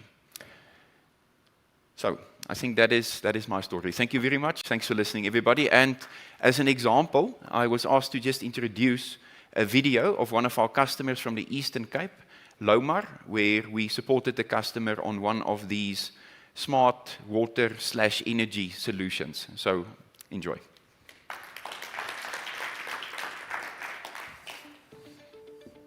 I'm Yapi Marais from the farm Lowlands in the Cradock district in the Eastern Cape. We're mainly irrigation farmers. On the irrigation we grow maize, lucerne, a little bit of walnuts, a little bit of pecans, and then we run our livestock out in the veld for most part of the year, but then they come and lamb on the lands here. To us, being able to irrigate when we have to and the amounts that we have to gives us a bit of peace of mind. Our inputs are high on irrigation, so being able to have power when you need to have it is important to us. We are very proud to have partnered with Yapi and the Loma team as they have found a viable solution for their electricity crisis by introducing a hydro plant on their farm, which is sourced from the Fish River.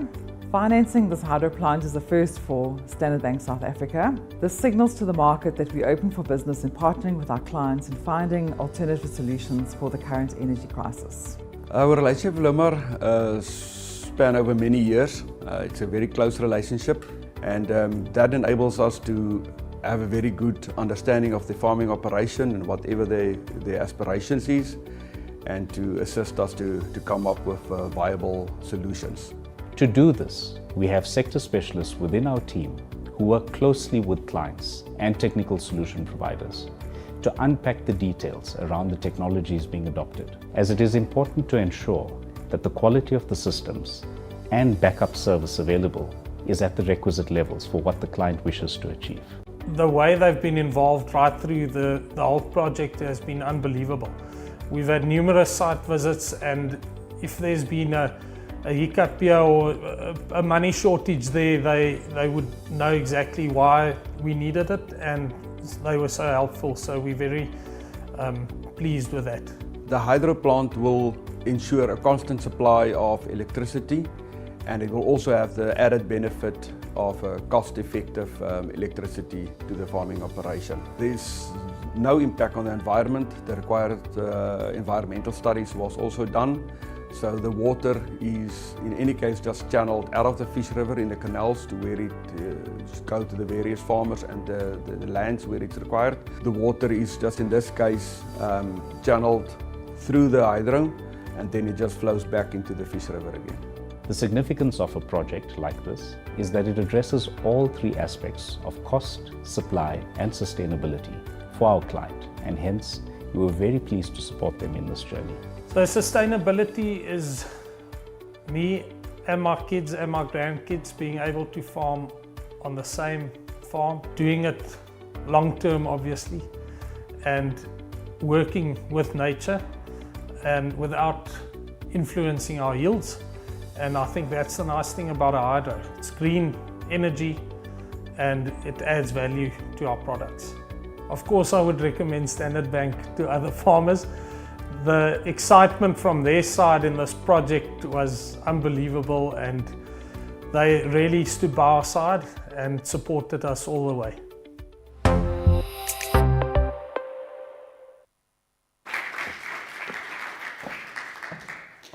Leon, thank you very much for also just sharing that commercial farming example. But more than anything, thank you for your focus on small-scale farming and the opportunities therein. I think what you've also done for us is actually put the meat behind the skeleton. You know, when we talk about that transition, what does it really mean? What are the decisions that need to be made and the trade-offs that need to be considered? So we're not just talking about theory. We're talking about what does this look like in practice. And so, ladies and gentlemen, on my watch, it's about 10:35 in South Africa. I'm going to invite us to take a 20-minute tea break. For those of us in the room, my kind request is that we'd really like to kick off at 10:55. That's 20 minutes from now. So I'd love to invite you to kindly please be back in the room around 10:50. Refreshments are available. You're just across the hallway. And of course, if you're joining us online, I hope you're taking the opportunity to take a leg stretch, grab a cup of coffee or tea from wherever you may be, and join us back on the live stream at 10:55. What's coming up is something you don't want to miss. One is another example of a case study that we're going to be sharing with you, but more than that, we're then going to bring you the panel discussion where we begin to move all of these threads together into one tapestry and to really get a sense of what is the potential for climate-smart agriculture, where are the market opportunities, and how do we unlock them. And so I'll see you in 20 minutes. Thank you so much for being with us.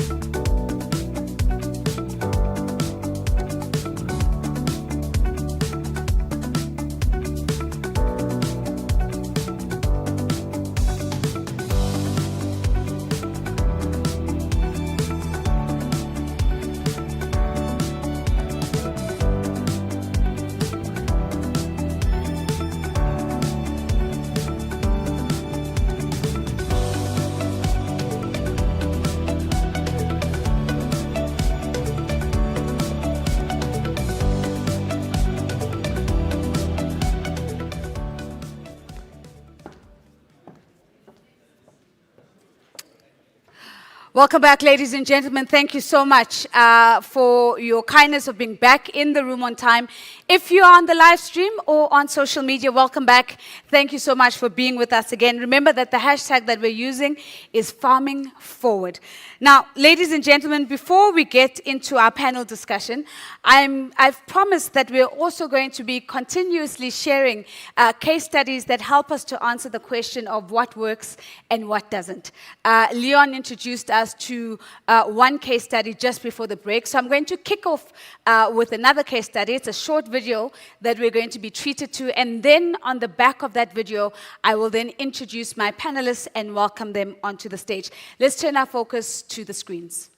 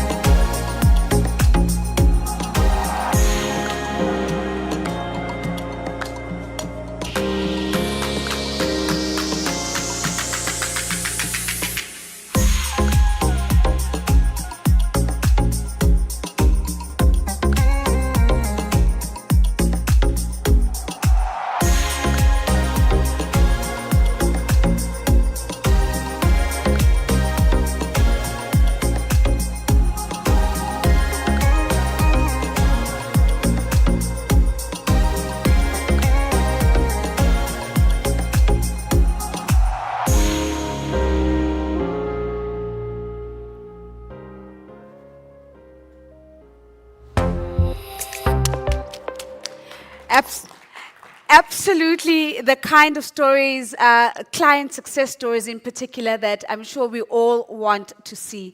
Now, ladies and gentlemen, let's bring it back home. Now, one of the things that we did before the break is we really focus on the different threads, the different pieces to help us understand climate-smart agriculture. We started with the big picture of trying to understand what the picture of global warming and climate change looks like right now. We then pulled in the thread of what does this mean for climate-smart agriculture. We looked at some of the exciting innovations that are already in play and those that are on the horizon. We also asked the question of what does this mean for our trade ambitions on the continent and within the BRICS bloc. And then finally, both from Hardwick and Leon's perspective, we asked the question of how do we transition and how do we finance these transitions in particular. So what we're going to do now is pull the threads together. We're going to anchor the conversation around the central question of why climate-smart agriculture is key for a resilient Africa. You've met all but one of my panelists. So I'm going to introduce the one that you have not met. Allow me to welcome onto the stage the Chief Operating Officer of Agri-SA, Yolanda Andrach. She's an agricultural strategist with a passion for sustainable development. She's worked in various roles across the South African agricultural industry and has expertise and comes with them into this conversation across the agricultural value chain. Let's give Yolanda a big round of applause as she comes up. Thank you so much. Yolanda. So she's joined by now familiar faces, Dr. Andrea Kempfer, Dr. Hardwick Chale, as well as Leon Kotza, all of whom I've introduced earlier on. Can I ask you all to please join me up on stage? Thank you very much. So, Yolanda, having arrived, you probably missed this, but you are in my seat. So I'm going to kick you out of my seat. I'm going to invite you to cozy up with everybody else. Thank you very much. And I'm really being cheeky, but it's more for the camera angle so that the camera gets the best of you guys and not so much me. So, ladies and gentlemen, what I'd like to do before I sit down is to slow it down and be explicit about the invitation I'm about to extend. We also want to hear from you. We have an hour together, and I want to spend a maximum of 40 minutes in moderated conversation. We don't want to speak at you for an hour. We want to be in conversation with you. So if you're joining us online, please send us your questions, your comments as well. And if you're in the room, we definitely would love to hear from you as well. Dumiso, I'm going to ask for your favor if you can grab my cell phone, please, on the table so that I can get access to the questions and the comments that will come from the online environment as well. Thank you so much.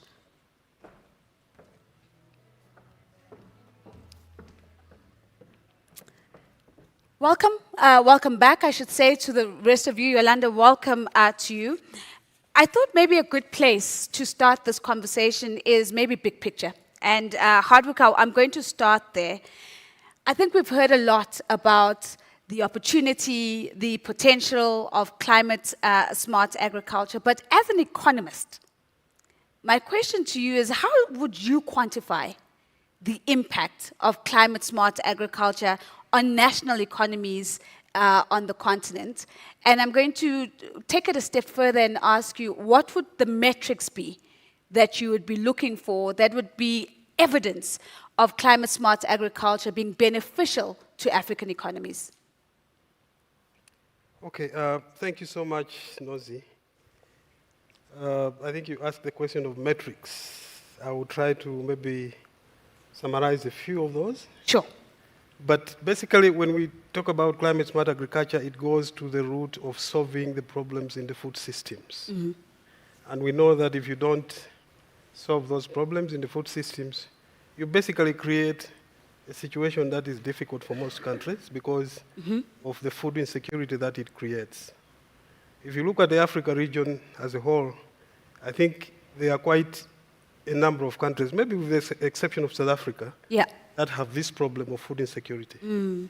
And what food insecurity does is that it creates a bit of instability to the country. It eats into your fiscus. Mm. I think the numbers that I saw a few days ago, almost like, the import bill, the food import bill for most countries stands today at about $43 billion.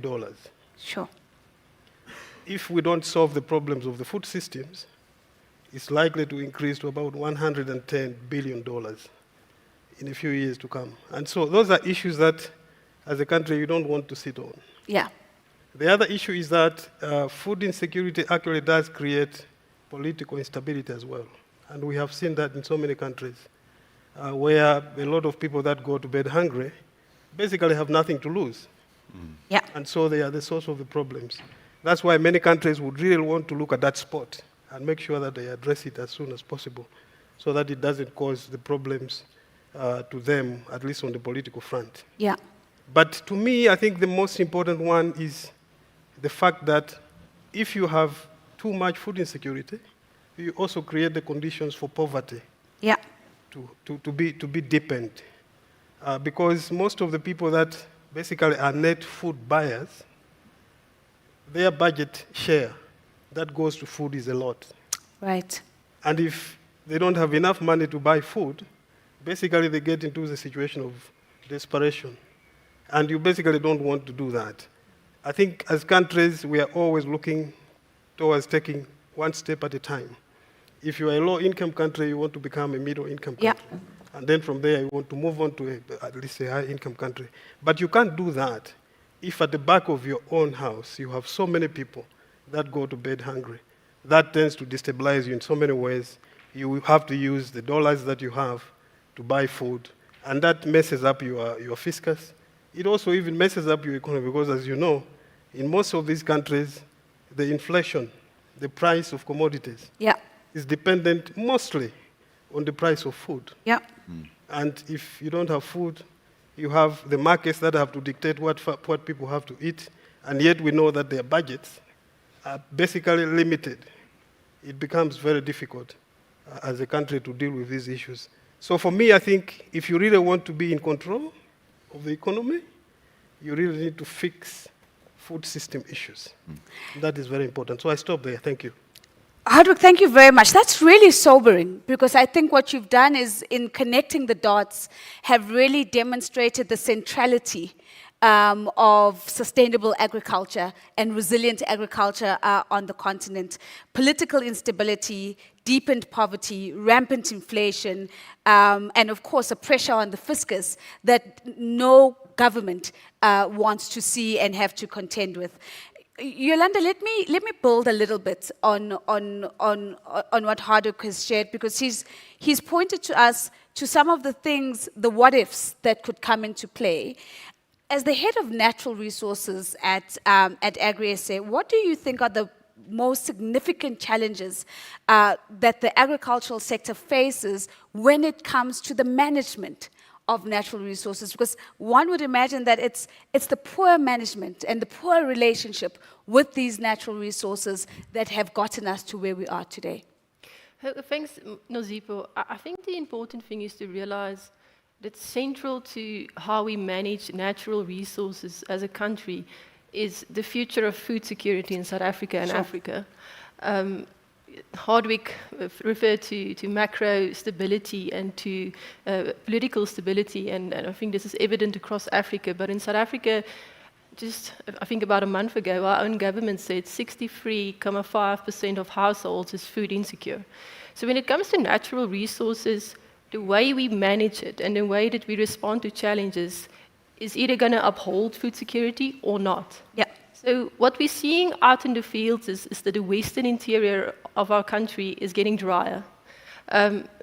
One dealer sits there, he will tell you that this is the areas where most of our crops linked to staple foods for many South Africans is planted and harvested. So the adaptation rate within the grain value chains, or climate adaptation rate within in those value chains in that area is critical for future food security. What you see down in the Western Cape is that the Teewaterkloof dam catchment area is becoming drier. Yeah. This is both the central water source for the city of Cape Town and many exporters linked to that catchment area. And the thing about exports is it's not just about the foreign revenue that we earn. It's about the employment opportunities that's created in those value chains, and also that this is a key market for us, or key markets for us as an industry to stay competitive and to produce food sustainably and affordably in our country. I think, when you look at towards the eastern side of the country, Lesotho, Katsi Dam area, or Eswatini now, is also getting drier. So what are we seeing? KZN as an increase in floods and in torrential rain. So this is an area, and it's interesting because there's an overlay between highest capability land in the country, but also some of the areas with the highest poverty in the country. So when you think of the climate, food, poverty nexus, as an agricultural industry, what is important for us is to adapt the way that we manage natural resources while upholding food security. And I think it's been a consistent message throughout this morning that it is about the both and.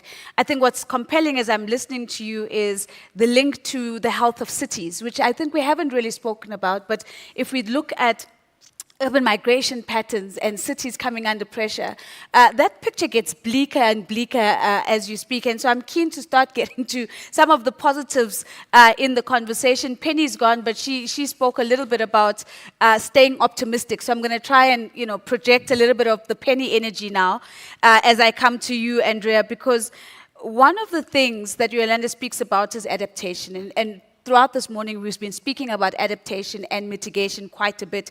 Can you share maybe one or two specific examples of climate-smart practices that are really, really working, whether they're working as adaptation means or even mitigation means that have been implemented, but I'm going to be even harder, that have been implemented in Africa. So we're not looking at something that's working out there in Europe, but that's actually working here. Yeah, thank you very much. Great question. I'm going to take this to Uganda. I think we've seen really nice videos today about success stories in South Africa. A few months ago, we partnered with a few stakeholders in Mbata village, which is at the foot of Mount Rwenzori. And this is an area with a lot of small-scale farmers, but these farmers also provide for the food basket in Africa. So they plant fruit, vegetables, coffee, onions, and they are also very distant from markets. So what we did with our stakeholders is we added, there was a smart agri-hub that was installed there with solar panels on this piece of land where we could look at cold storage room for these farmers to store their produce. Due to the high temperatures there, food spoilage is a reality. Yeah. And they need to travel far to access markets. So what was an amazing story, and the positives that came from this, there's about 200 small-scale farmers with about 5,800 community members. So we installed a solar system with a battery to store the fresh produce. Their profits increased to 283%, Sure. with a 30% year-on-year cost reduction. So when we talk about sustainability, people tend to normally think about the environment, but the social elements that's linked to this and the upliftment in communities play such a fundamental role in making communities more resilient and giving them a means and solving these food insecurities that we've been talking to. And these small-scale farmers, they're the heart of our agricultural and African economies. It's like we're saying Africa is our home, we drive our growth. Yeah. This is where we should be tapping into. Andre, I think that's really interesting to hear the numbers, the increase.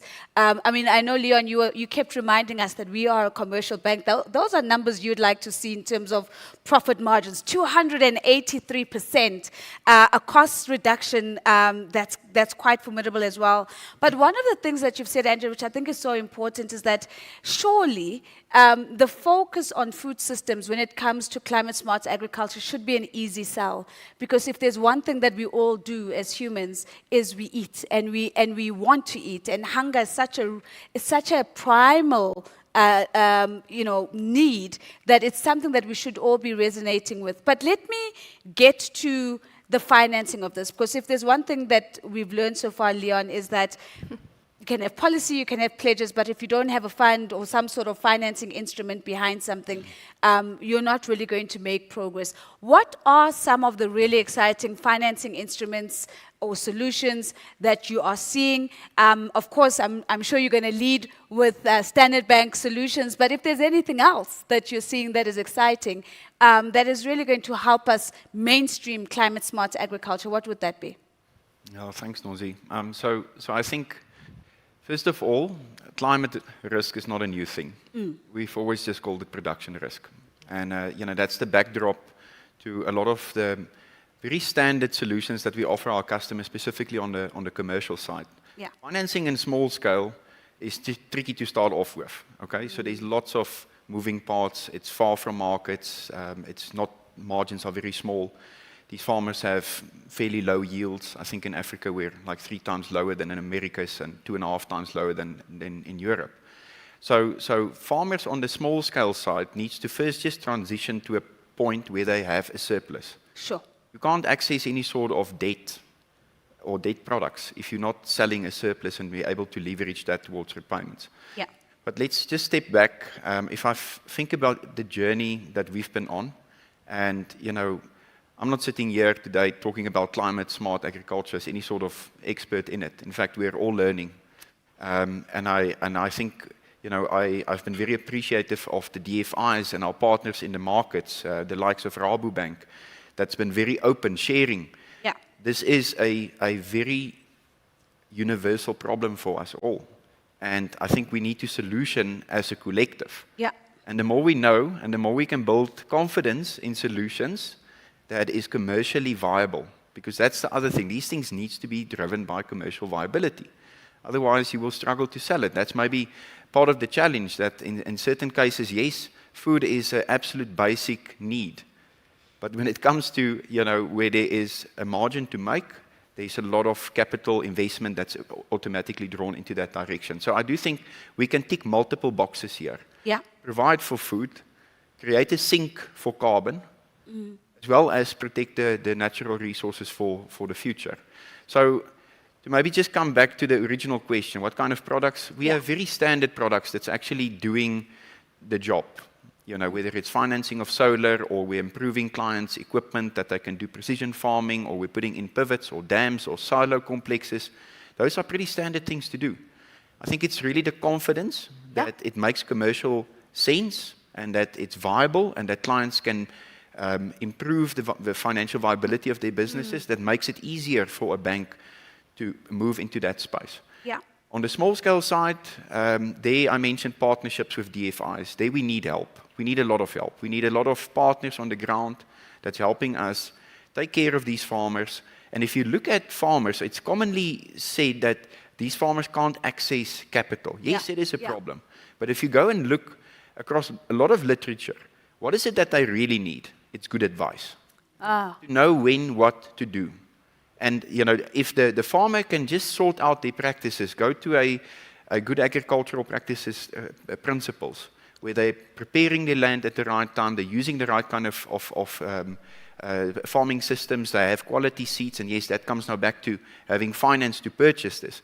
There's a lot of very basic things that we can do for our small-scale farmers before we get to more sophisticated solutions where we're putting up large energy saving and so on. If you can just get our farmers' yields to improve by helping them get access to the right kind of inputs. So the DFIs does give us access to certain incentives. They improve our risk appetite with risk-sharing agreements. And they do give us access to technical assistance that helps us to deploy solutions that the bank would normally wouldn't have those solutions in place. We need to reach into very rural communities here. And we want to do that digitally. And sometimes certain things are simply not there, and we have to go and establish it there. So that technical assistance helps us with that initial capital outlays. So let me be a bit cheeky. Hardwick is right next to you. What do you need Hardwick to do? Well, I've already said, when it comes to lending, Yeah. when it comes to lending to this segment, we need local currency. Local currency. So Hardwick, I see you're taking notes, so I hope that's local currency. And the second thing is, which we found to be very effective on the continent, is programs that's driven via our central banks.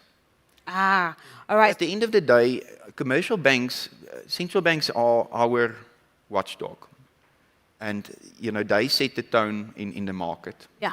And banks will always sit up when it comes to the central bank. And programs that's enabled via the central banks, I think makes a lot of sense. We've seen good examples across Africa where central banks would say, listen, we want to promote agriculture, we want to promote, in I suppose lesser case, I can't recall any specific examples where they targeted climate per se, but where they want to focus on food security and they want to promote investment in certain parts of agriculture, then we can access cheaper local currency funding, certain benefits that our customers can get, and they prefer to borrow in local currency on the commercial side as well as the small scale, because that's another thing. These incentives mustn't only be there for small scale farmers. Our commercial farmers has a very vital role to play. And they are the ones that's leading the innovation at the end of the day, that's really developing the industry. And they can benefit a lot of clients around them.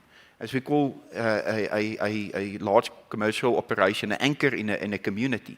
A lot of awareness and knowledge can be shared. So I do think these incentives must be opened to the commercial customers as well. I'm going to come to Yolande just to get her response to that, because that would require policy instruments to be in play. But before we go there, I'm really interested in what Hardwick is writing in his notebook as as Leon is speaking. So Hardwick, bring us into your notes. But more than that, the local currency challenge, should that be a challenge? Should that be something that DFIs are paying more attention to?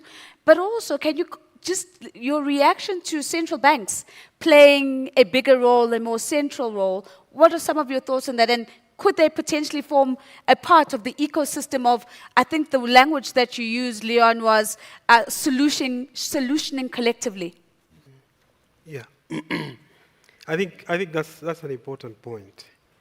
I think I would probably start with a bit of a disclaimer. Because I'm going to be talking about certain aspects that relate to the World Bank Treasury, which specialists within the Treasury would probably be able to diverge a lot more. But I understand this issue of local currency loans as being central.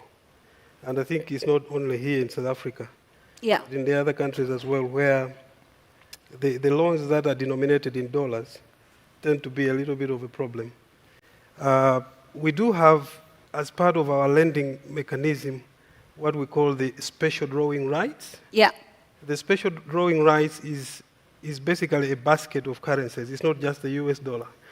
But depending on how the client looks at it, they might choose one of those. But I think what I would say right now is that within the SDR, the number of currencies that are possible is limited. Yeah, because you need to grow the basket Yes, of those exactly. currencies. Exactly. So I think the Treasury would need to look at that. That's the message that I'm getting from him. Yeah. And I'll pass it on to the colleagues that would at least eventually be able to meet you at some point so that you can discuss those issues. But I just wanted to also say that as World Bank, we normally finance from the public sector side the loans that go through either the National Treasury and in some cases through the central bank. So that's not a problem at all. I think as long as you discuss between yourselves and the bank, I think that is something that can be looked into. And I think, Hardrock, this is where the IFC would then fit in as really the backer of, business on the continent. Exactly. Because, as I said, in the bank we have the private sector side, Yeah. and then we have the public sector side.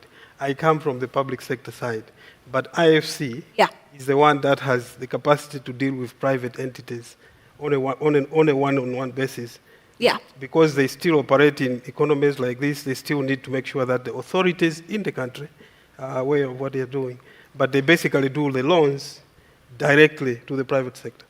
So that's why I said, I think my last point was, it would make sense for Standard Bank and IFC to sit together to see how they can come up with these solutions that are innovative. And of course, the IFC is a member of the World Bank Group, so it is within that same ecosystem. But Yolanda, let me come back to you. I want to build on what I've heard from Leon as well as from Hardwick. And for a moment, I want us to lift our head outside of South Africa, even off the continent, and tap into your experience in Canada. And I want to ask the question of, what do you see as the role of policy in really getting us to sustainable climate agricultural practices that really rely on climate smart agriculture? Have you seen anything, whether it is in Canada or other parts of the world, where policy has been really sharp and has been a catalyst in moving towards climate smart agriculture? Nosy, I might shock you a bit, because I don't think policy on its own is going to have the legs to carry us where we need to go. Yeah. In my time in Canada, and for those of you that had the opportunity to travel there, Canada is an incredibly regulated society, and its agricultural industry is highly subsidized. So it's a fundamentally different market. But the Canadians themselves, especially in the agricultural industry, have shifted away from the narrative that we need institutions, policies, and taxes as a response. They do not view that as enough. And to Leon, to your point, farmers are your agents when it comes to climate change. And when you drive between the Rocky Mountains and Calgary, and you drive to Winnipeg, and you move among farmers on the ground, the view is that the way we finance farmers is what drives their behavior. And what I mean by that is, the equivalent of Land Bank in Canada is Farm Credit Canada, and you can go on their website. What they do is they reward farmers on a monetary level for partaking in their industry association sustainability standards, or then in corporate company sustainability programs. So you'll see the likes of Cargill being partners to Farm Credit Canada. You'll see the likes of the Cattlemen's Association of Saskatchewan being endorsed by Farm Credit Canada. The Canadians in South Africa, we almost have an absolute view, and we want to, Leon used the word journey. Yeah. We want to jump to the end of the journey first. For them, they said, no. As a country, we're first going to stimulate the behavior for people to partake in industry associations and define what sustainability means within that value chain. And then, once the sustainability framework is owned across the value chain, we will start adapting our products. So this was first a means as an agricultural industry just to get people on the train. Yeah. And then when you look at product innovation, and I mean Rabobank is also active in the Canadian market, the Loan Market Association and the International Capital Market Associations has sustainability-linked loans. And the likes of Rabo and Royal Bank of Canada is financing loans based on KPIs. But the interesting thing is the Canadians argue that those KPIs on what sustainability is need to be anchored in what is agreed upon in industry. So as a country, they're really trying to almost, let's say, stimulate ownership at a farmer level and empower the farmer to be the change agent. Yeah. And then they are rewarding and incentivizing their behavior through the financial products that they put out, and then the advice that's anchored within industry associations. So I'm going to maybe double click on that, because I think, when you emphasize the difference in perception, so it's a journey, we're going to learn along the way versus, we want to jump to the finish line and then sort of figure our way back. Do you think that the urgency in the narrative has got something to do with that we are triggering knee-jerk reactions, not wanting to walk the wrong way, not wanting to focus on stimulating behavior change, but because the urgency in the narrative is the world's on fire and you've got to act now? I think, and this is, I'm speaking as someone that lived in Canada for most of the year, and the urgency in Africa is higher because it should be. We started off this conversation around food insecurity and household food insecurity. So when it comes to the way that we farm in Africa, we have a fundamental responsibility to make sure that we use the resources we have to feed the people that we have around us. So it's not just a thing of urgency, pushing KPIs through a KYC on a financing level, and almost pushing compliance into value chains. It's also about how do you accelerate the adoption of these practices. And that's really what we need to be focusing on. And I think where we are as South African agriculture at this stage, I know most of the banks, and especially Standard Bank, has done a lot of work in working with the industry association, working with commercial farmers, and I would say the network effect of sustainability in agriculture is only taking fire now. Yeah. And it's going to scale at a massive rate over the next few years just because of the groundwork we've done over the past 2 years. That's fantastic, and I think that's it's a really good way of understanding the pressure and why it's contextualized here. Andrea, as I come to you, I just want to acknowledge those who've been sending us questions and comments online. I am getting them, so thank you very much for that, and I'll be coming to those questions and comments in a short while. But one of the things, Andrea, I think that we skimmed past in the earlier presentations, and I think with good intention to focus on it here, is the opportunity around leveraging carbon markets. The tendency is to talk about carbon markets in the context of big commercial farming. Yeah. Is there a place where carbon markets and smallholder farming come together, and how do we support smallholder farmers to navigate their way in carbon markets? Yeah, thanks. And just to add on what Yolanda said about sustainability-linked loans, we need to find ways how we incentivize those who do good. And carbon markets can really play a fundamental role in looking at ways, earning carbon credits, and also mitigating your greenhouse gas emissions or your carbon footprint on a farm. Some experiences that we've from Standard Bank been involved is, yes, you look at commercial farmers and you look at small-scale farmers, and there's a vast majority or range of type of carbon products that you can embark on, from agroforestry, biochar, biogas, which is your waste to energy, or soil organic carbon, your regenerative farming practices. But one thing we've seen is the carbon market is still developing. And through this development, you need to have proper carbon project developers on board that can help, let's say, the farmer to register his projects, to make sure that those data points that they require to report on are in place and they can guide in his technical assistance. From Africa's point of view, there's a lot of opportunities. We've been working with Rabobank on a project Acorn, where the small-scale farmers are also looking or earning carbon credits through agroforestry projects. In South Africa, regenerative agriculture that can earn carbon credits. We also have partners in Uganda and in Kenya through clean cooking, which is also a big problem in Africa. They say about between 60 to 70% of deforestation happens due to cooking. So investing into clean cooking from biogas or waste to energy is just another innovative way. From the challenges that we've seen is collecting that data, technical assistance, understanding what is required, what does a carbon market mean, the longevity of the projects is normally, over a period of time, policy support. You can only participate in a carbon market if the government for that specific country has developed policies and measures to allow that, either through a voluntary market or a mandatory market where you sell your credits, internationally or offset it against the carbon tax that we have in South Africa. But as the carbon market is expanding, we need to create demand at the end of the day. So investing, and from a financial point of view, where we sit, is investing in climate-smart agriculture presents an opportunity to register carbon credit projects. Got you. So that's basically going to 360s, the circular economy, and where we can play a role is financing these projects, but also the farmer, if he needs to change his practices to allow for X, Y, Z. So I want to harp on the change, because Leon, I want to come to that, the transition. And I think that's a fantastic canvas of opportunity that you've highlighted, Andrea.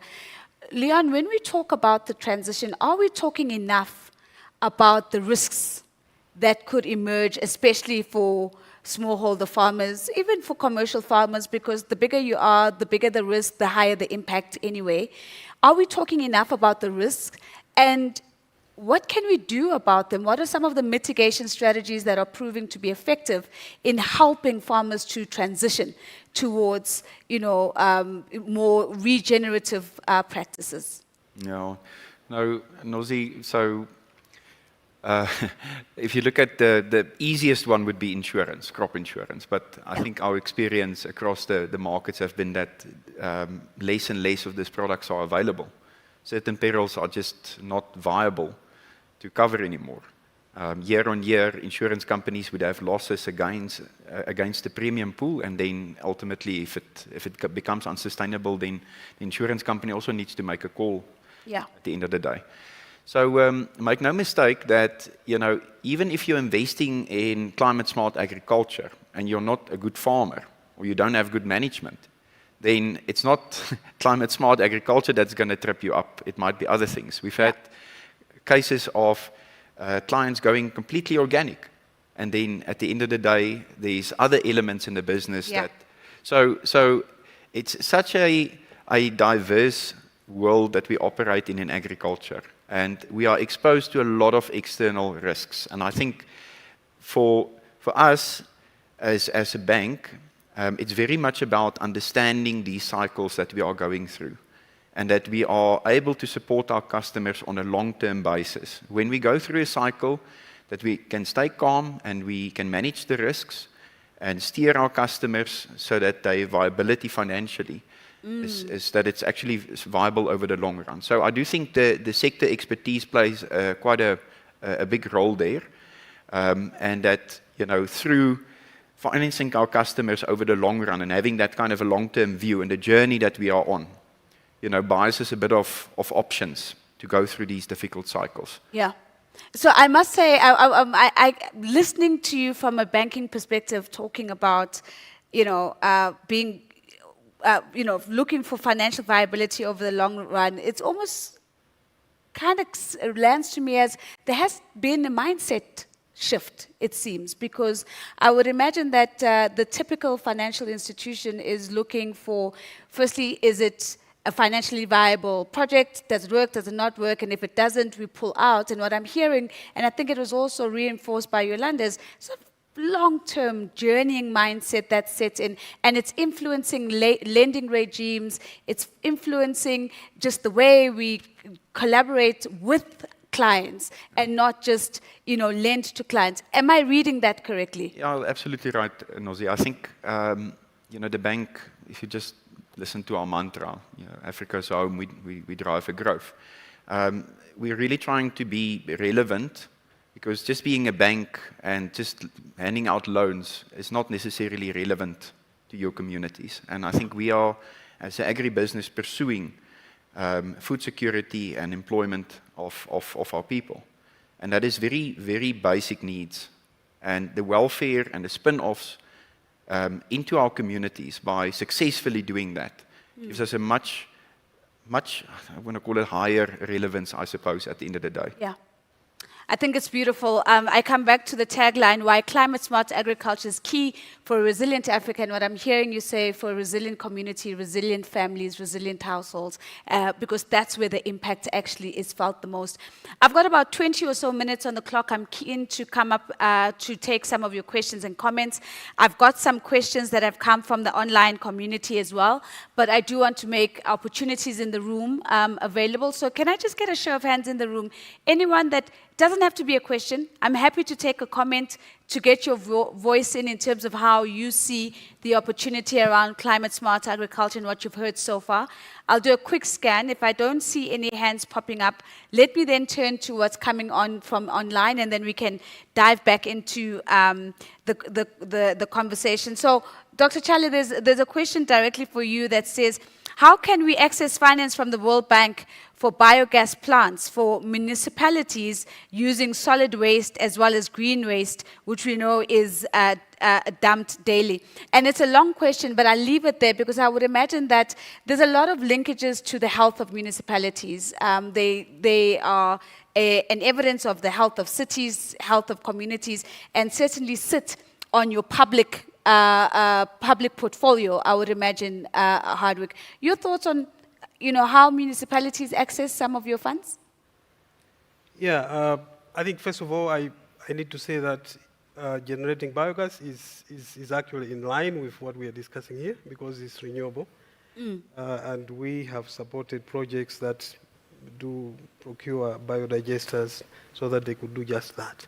But I think the question here would be to define whether this is going to be structured as a private business or a public sector business. And what about public-private partnerships? I want to throw that in the mix. Yeah, I think I will talk about that. If it's a private sector business, I think my advice would be for the municipality or whoever is doing that to contact the International Finance Corporation. And they are just here in Joburg, so it should be possible to get in touch with them. If not, I think I can provide the contacts. If it's a public sector kind of activity, where it's the government that actually initiates that kind of initiative, then they should talk to us as the public sector side of the World Bank. Yeah. And that office is the sub-regional office based in Pretoria. We do have specialists that actually talk to those issues that can help them look through the issues and structure some kind of maybe support that can be provided. But that has to be provided through the authorities, like the National Treasury. That will help them structure that so that the money can then go to the municipalities. I think you talked about PPPs. Yeah. PPPs are actually one of the innovative instruments that we're using at the moment because we know that projects are neither public nor private. You actually need to look at them from that entire spectrum. Yeah. And so the bank has come to the realization that probably we need to help the governments to put in place mechanisms for facilitating PPPs for specific kind of investments where you need both the private as well as the public to work together.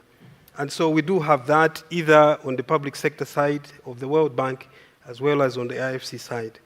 We can provide that knowledge, we can provide how those are structured so that support can be provided through that mechanism where you need both the private sector and the public sector to work together. What I'm hearing you say is the World Bank Group is open for business. Yes. Okay, fantastic. So, Yolanda, let me bring in something we haven't quite spoken about on the panel, touched on a little bit during the presentations, and that's the role of technology.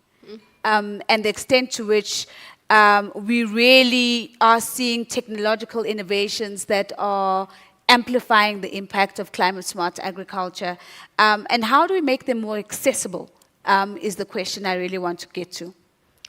I think it's such an important thing. It's literally, it's the amplifying factor to our ability to do climate adaptation effectively.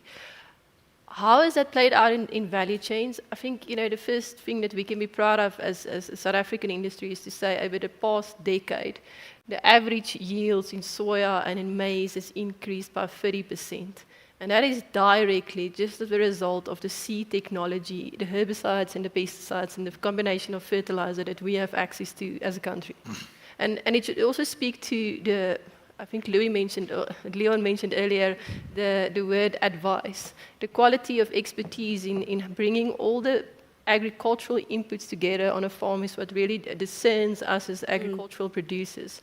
So from a technology perspective, I mean, I mentioned the maize and the soya examples now. When you go to, I think, commercial pig farms now, there's so many elements of adapting to the way that climate has changed.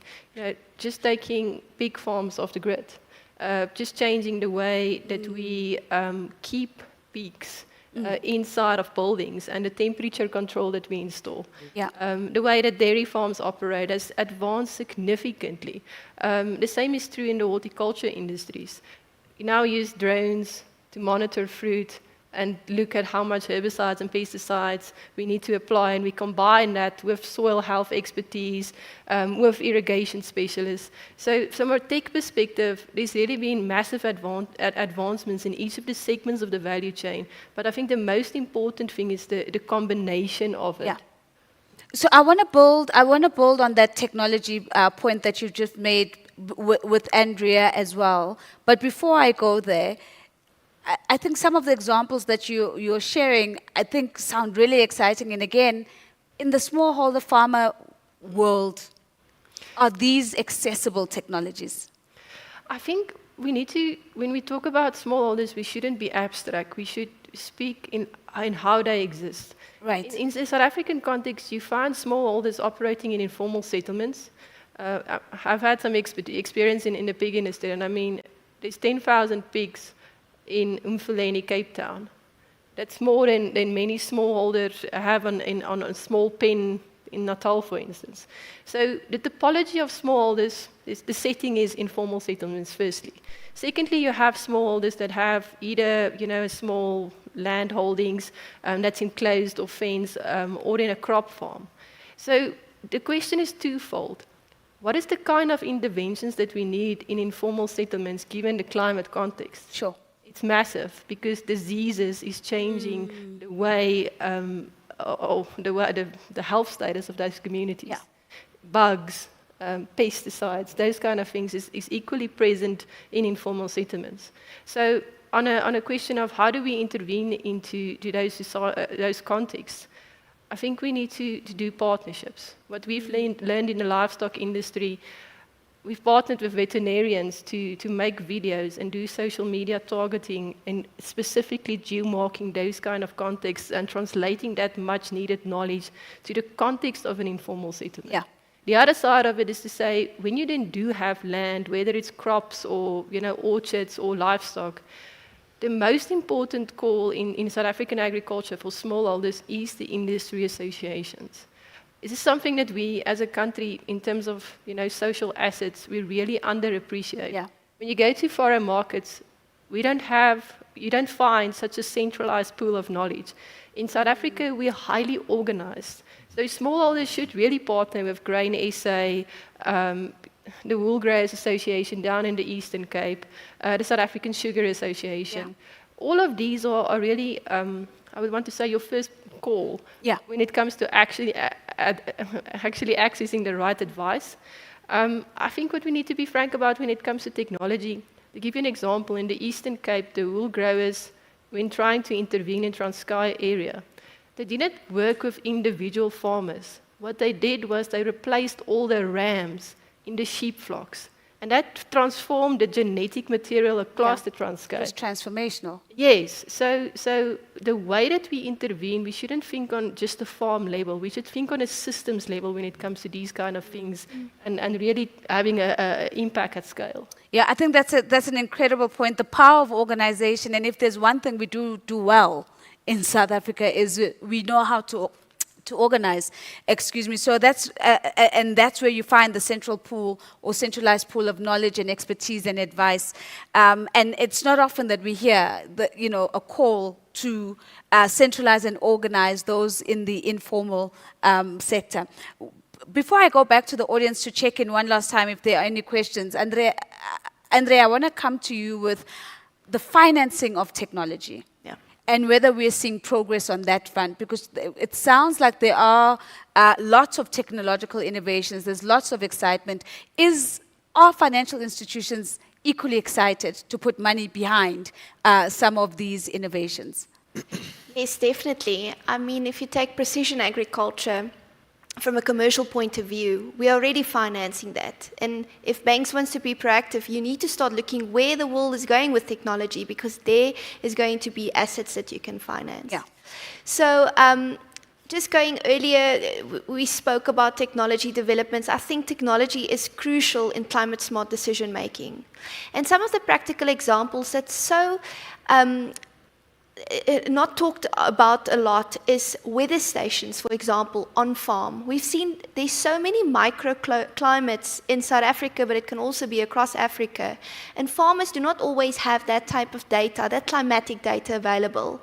And then the question starts to go, but how can AI start playing a role? Right. If you're going to start looking into Africa, some of those farmers do not necessarily have the access to that technology, but they maybe have a mobile phone. How AI can help them in making informed, smart choices.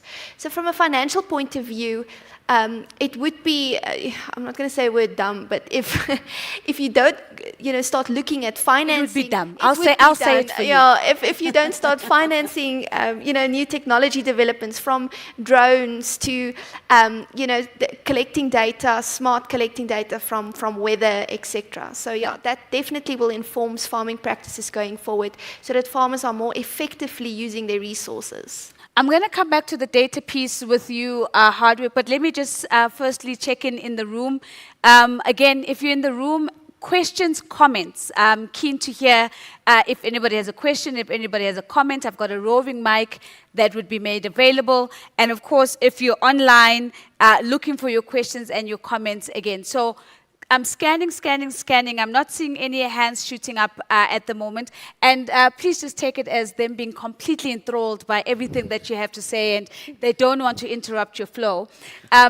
But Hardwick, one of the things that you touched on, and I made a play on it, I was like, oh, it's all about dollars and data. But on a more serious note, the importance of data, right? One of the things we often hear in the African context is poor data, whether it's data collection, whether it's data storage, whether it's the analysis and the application of that data.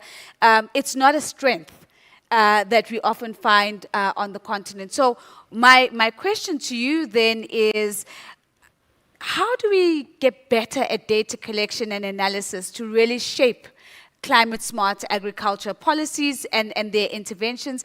And does the World Bank have any role, or does the World Bank even look at this as you think about where do you lend and how do you support building the capacity to use data better? Yes, very much so. I would say that at the bank we treat data as a global public good, particularly for programs like this, where you are basically looking at developing the food systems as a whole. It's not something that you would hold to yourself, and so we do have provisions that are used to build the capacity of data collection and analysis. From the public sector side, we deal with maybe the ministries to make sure that they put in place strong agricultural statistics that can be used by anybody who wants to use that data, because essentially it's a global public good. It's good for governments themselves, because we are in an era where we talk about evidence-based policy and programming. Yeah. And that evidence base comes from basically data analysis, to be able to tell where the impact is the most, so that government can align its programs, its financing, to the areas that are of the biggest impact. On the program or project level, we look at the bankability, as Leon was saying. We don't finance projects that do not prove to be commercially viable. Because by the end of the day, whether it's the government or the private sector, they have to prove that they are able to pay the loan after the project has been implemented. And so from the beginning, you need to start with very good analysis of whether that project actually does have the commercial viability. And that does require data. And we know that in most of the countries where we work, if you don't develop the capacity of the government to do that, it becomes a problem. Yeah. Because you will not get that data, you will not get it in one place. Sometimes you get it, but maybe it has so many gaps, it's not even accurate and all those things. So it's an area that we look at very seriously. I think I talked about the analytics that we do have. Sure. The diagnostics that we have in place. All those are meant to make sure that we do have the right data at the right time that can be analyzed by those that do the analysis and also build the capacity of the government to do it themselves so that the World Bank doesn't have to be coming all the time to do that for them. Here in South Africa, we see that that capacity is actually there. I mean, of course, we say in general there are problems to do with data, but in South Africa, we have seen that there are, institutions, think tanks, academics that are able to do that. But then they need to transmit that capacity from where it sits to the government so that the government can also internalize that so that they get projects that are strong in terms of commercial viability. So this is an aspect that we take very seriously. We do provide technical assistance. Yeah. And normally technical assistance is provided as grants. These are not loans because it forms the basis upon which you develop the projects.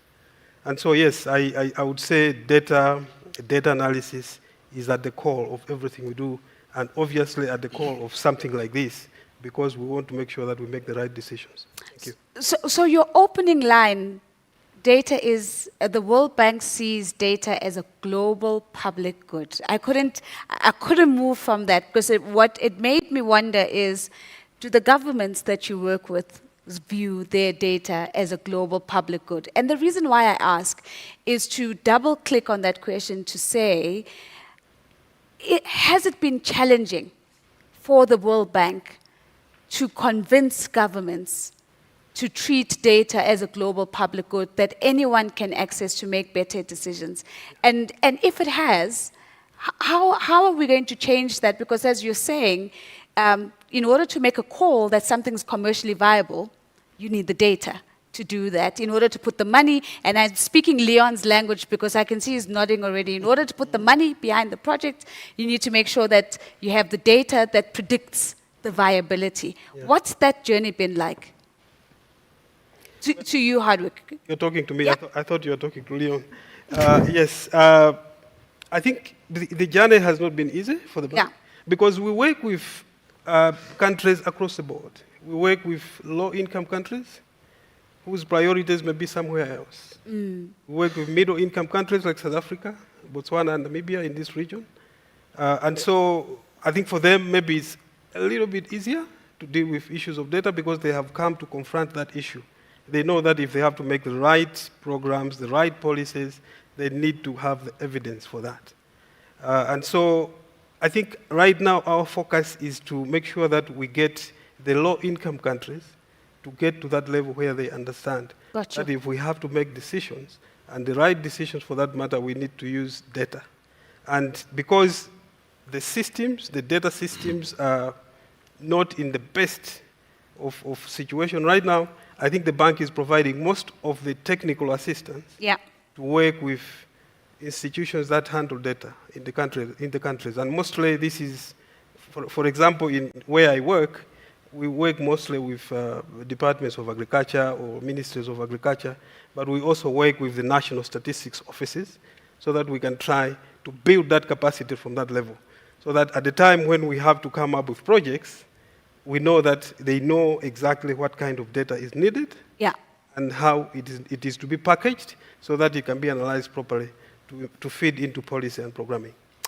Fantastic. I've got a final question that's coming from online, and I'm going to, let me put it both to Leon and Yolanda. If you want to take a stab at it, please let me know. Here's the question. The question is, there are experienced agronomists and similar that have been advising commercial farmers to de-risk by focusing on soil health and crop protection, including that have been specifically developed for crops to adapt to climate change and agri-tech. What are your thoughts on that? Absolutely right. Couldn't agree more. And I think the point is that we need to find ways in which we can measure our clients' journey as they pursue things like organic matter in soil. It's a very simple thing. Agric has so many moving parts. And you need to make it easy and simple and bring it to one specific quantifiable point. And if we can start supporting our customers and providing certain incentives if they are improving their organic matter in their soil, that is the science of it at the end of the day. And I just want to say on the data, and for each industry, because obviously organic matter in soil wouldn't be relevant for a poultry farmer. Yeah. Okay? So that is where the industry bodies plays a vital role.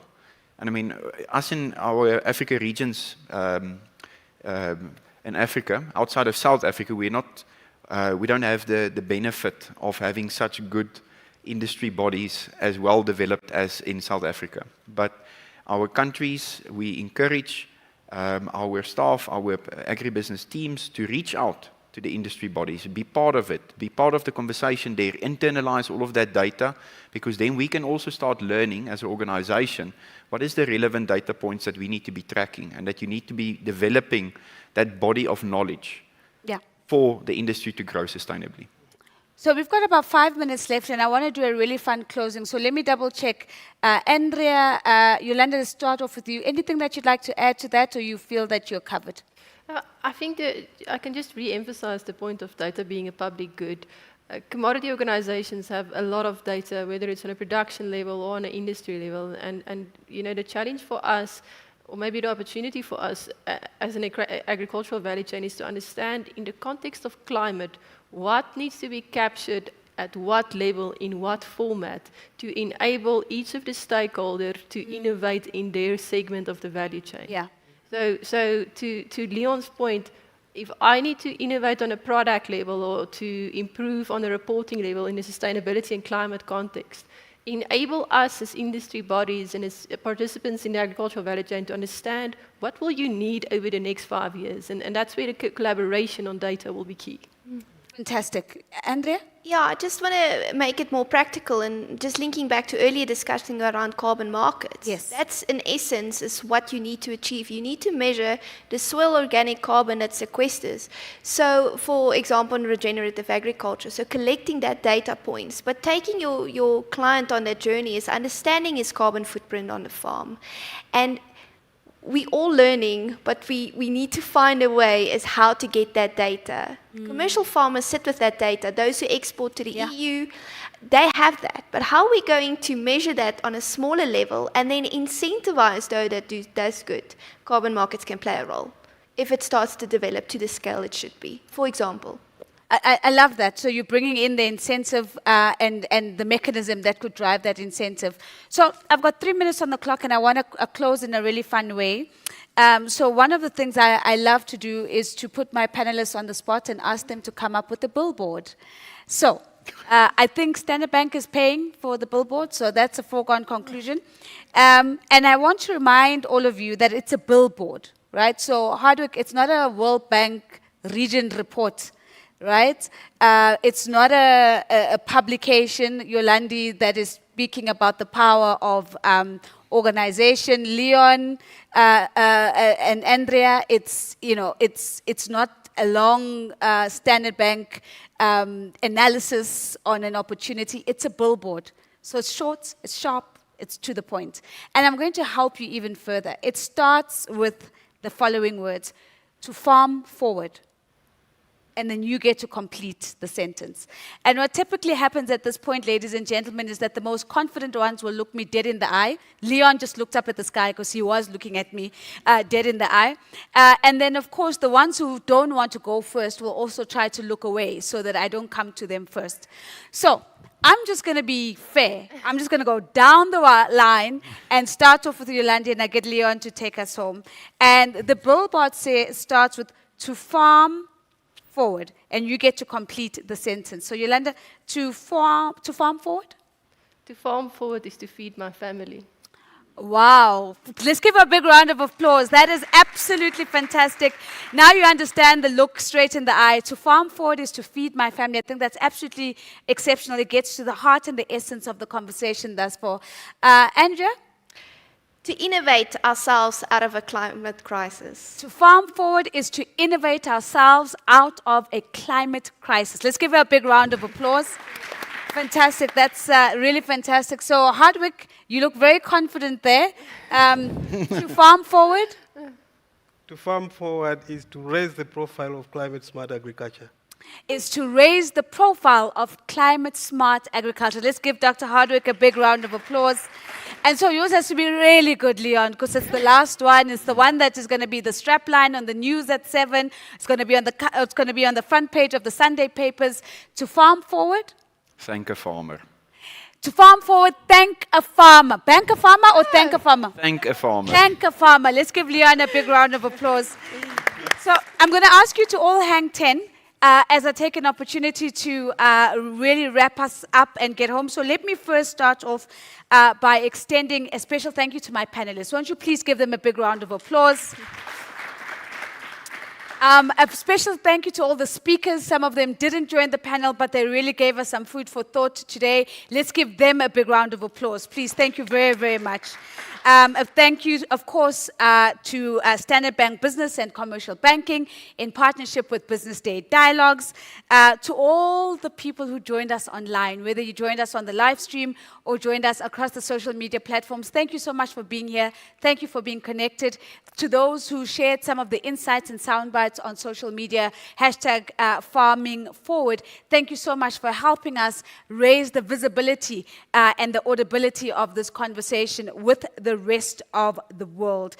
Before I say goodbye, there is a short video that we're going to share with you. The title of the video is Beyond Possibility, and I think it really captures the essence of the conversation that we've had here. So we're going to play the video. I'm going to ask you to hang 10. It's just 2 or 3 minutes, and thereafter, my panelists and I will then descend stage, and that will signal the end of our conversation. My name is Nozipho Shabalala. Thank you so much for having me.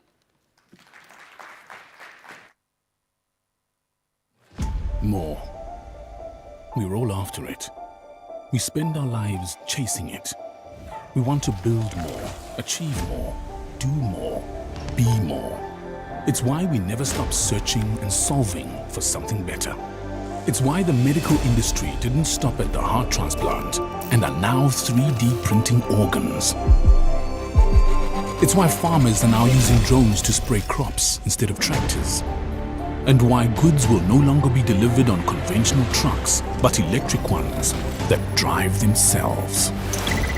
This constant pursuit of more is what makes us human. So why should growing your business be any different? Why should you settle for trading in the local market when you can access over 20,000 pre-vetted businesses in over 40 countries? Why should you settle for just another relationship with a bank when you can gain access to experts across sectors in 15 African markets? Why should you settle for ordinary when you can achieve extraordinary? And we have the resources, connections, and expertise to help you do just that. Because our business and commercial banking solutions weren't created to just show you what's possible. They were created to turn those possibilities into incredible opportunities. So let us help you reach that next level of growth. Let us give you that more you are searching for. And let us show you how far we can take your business. Because with us by your side, there's possible, then there's more. Thank you very much. Robert?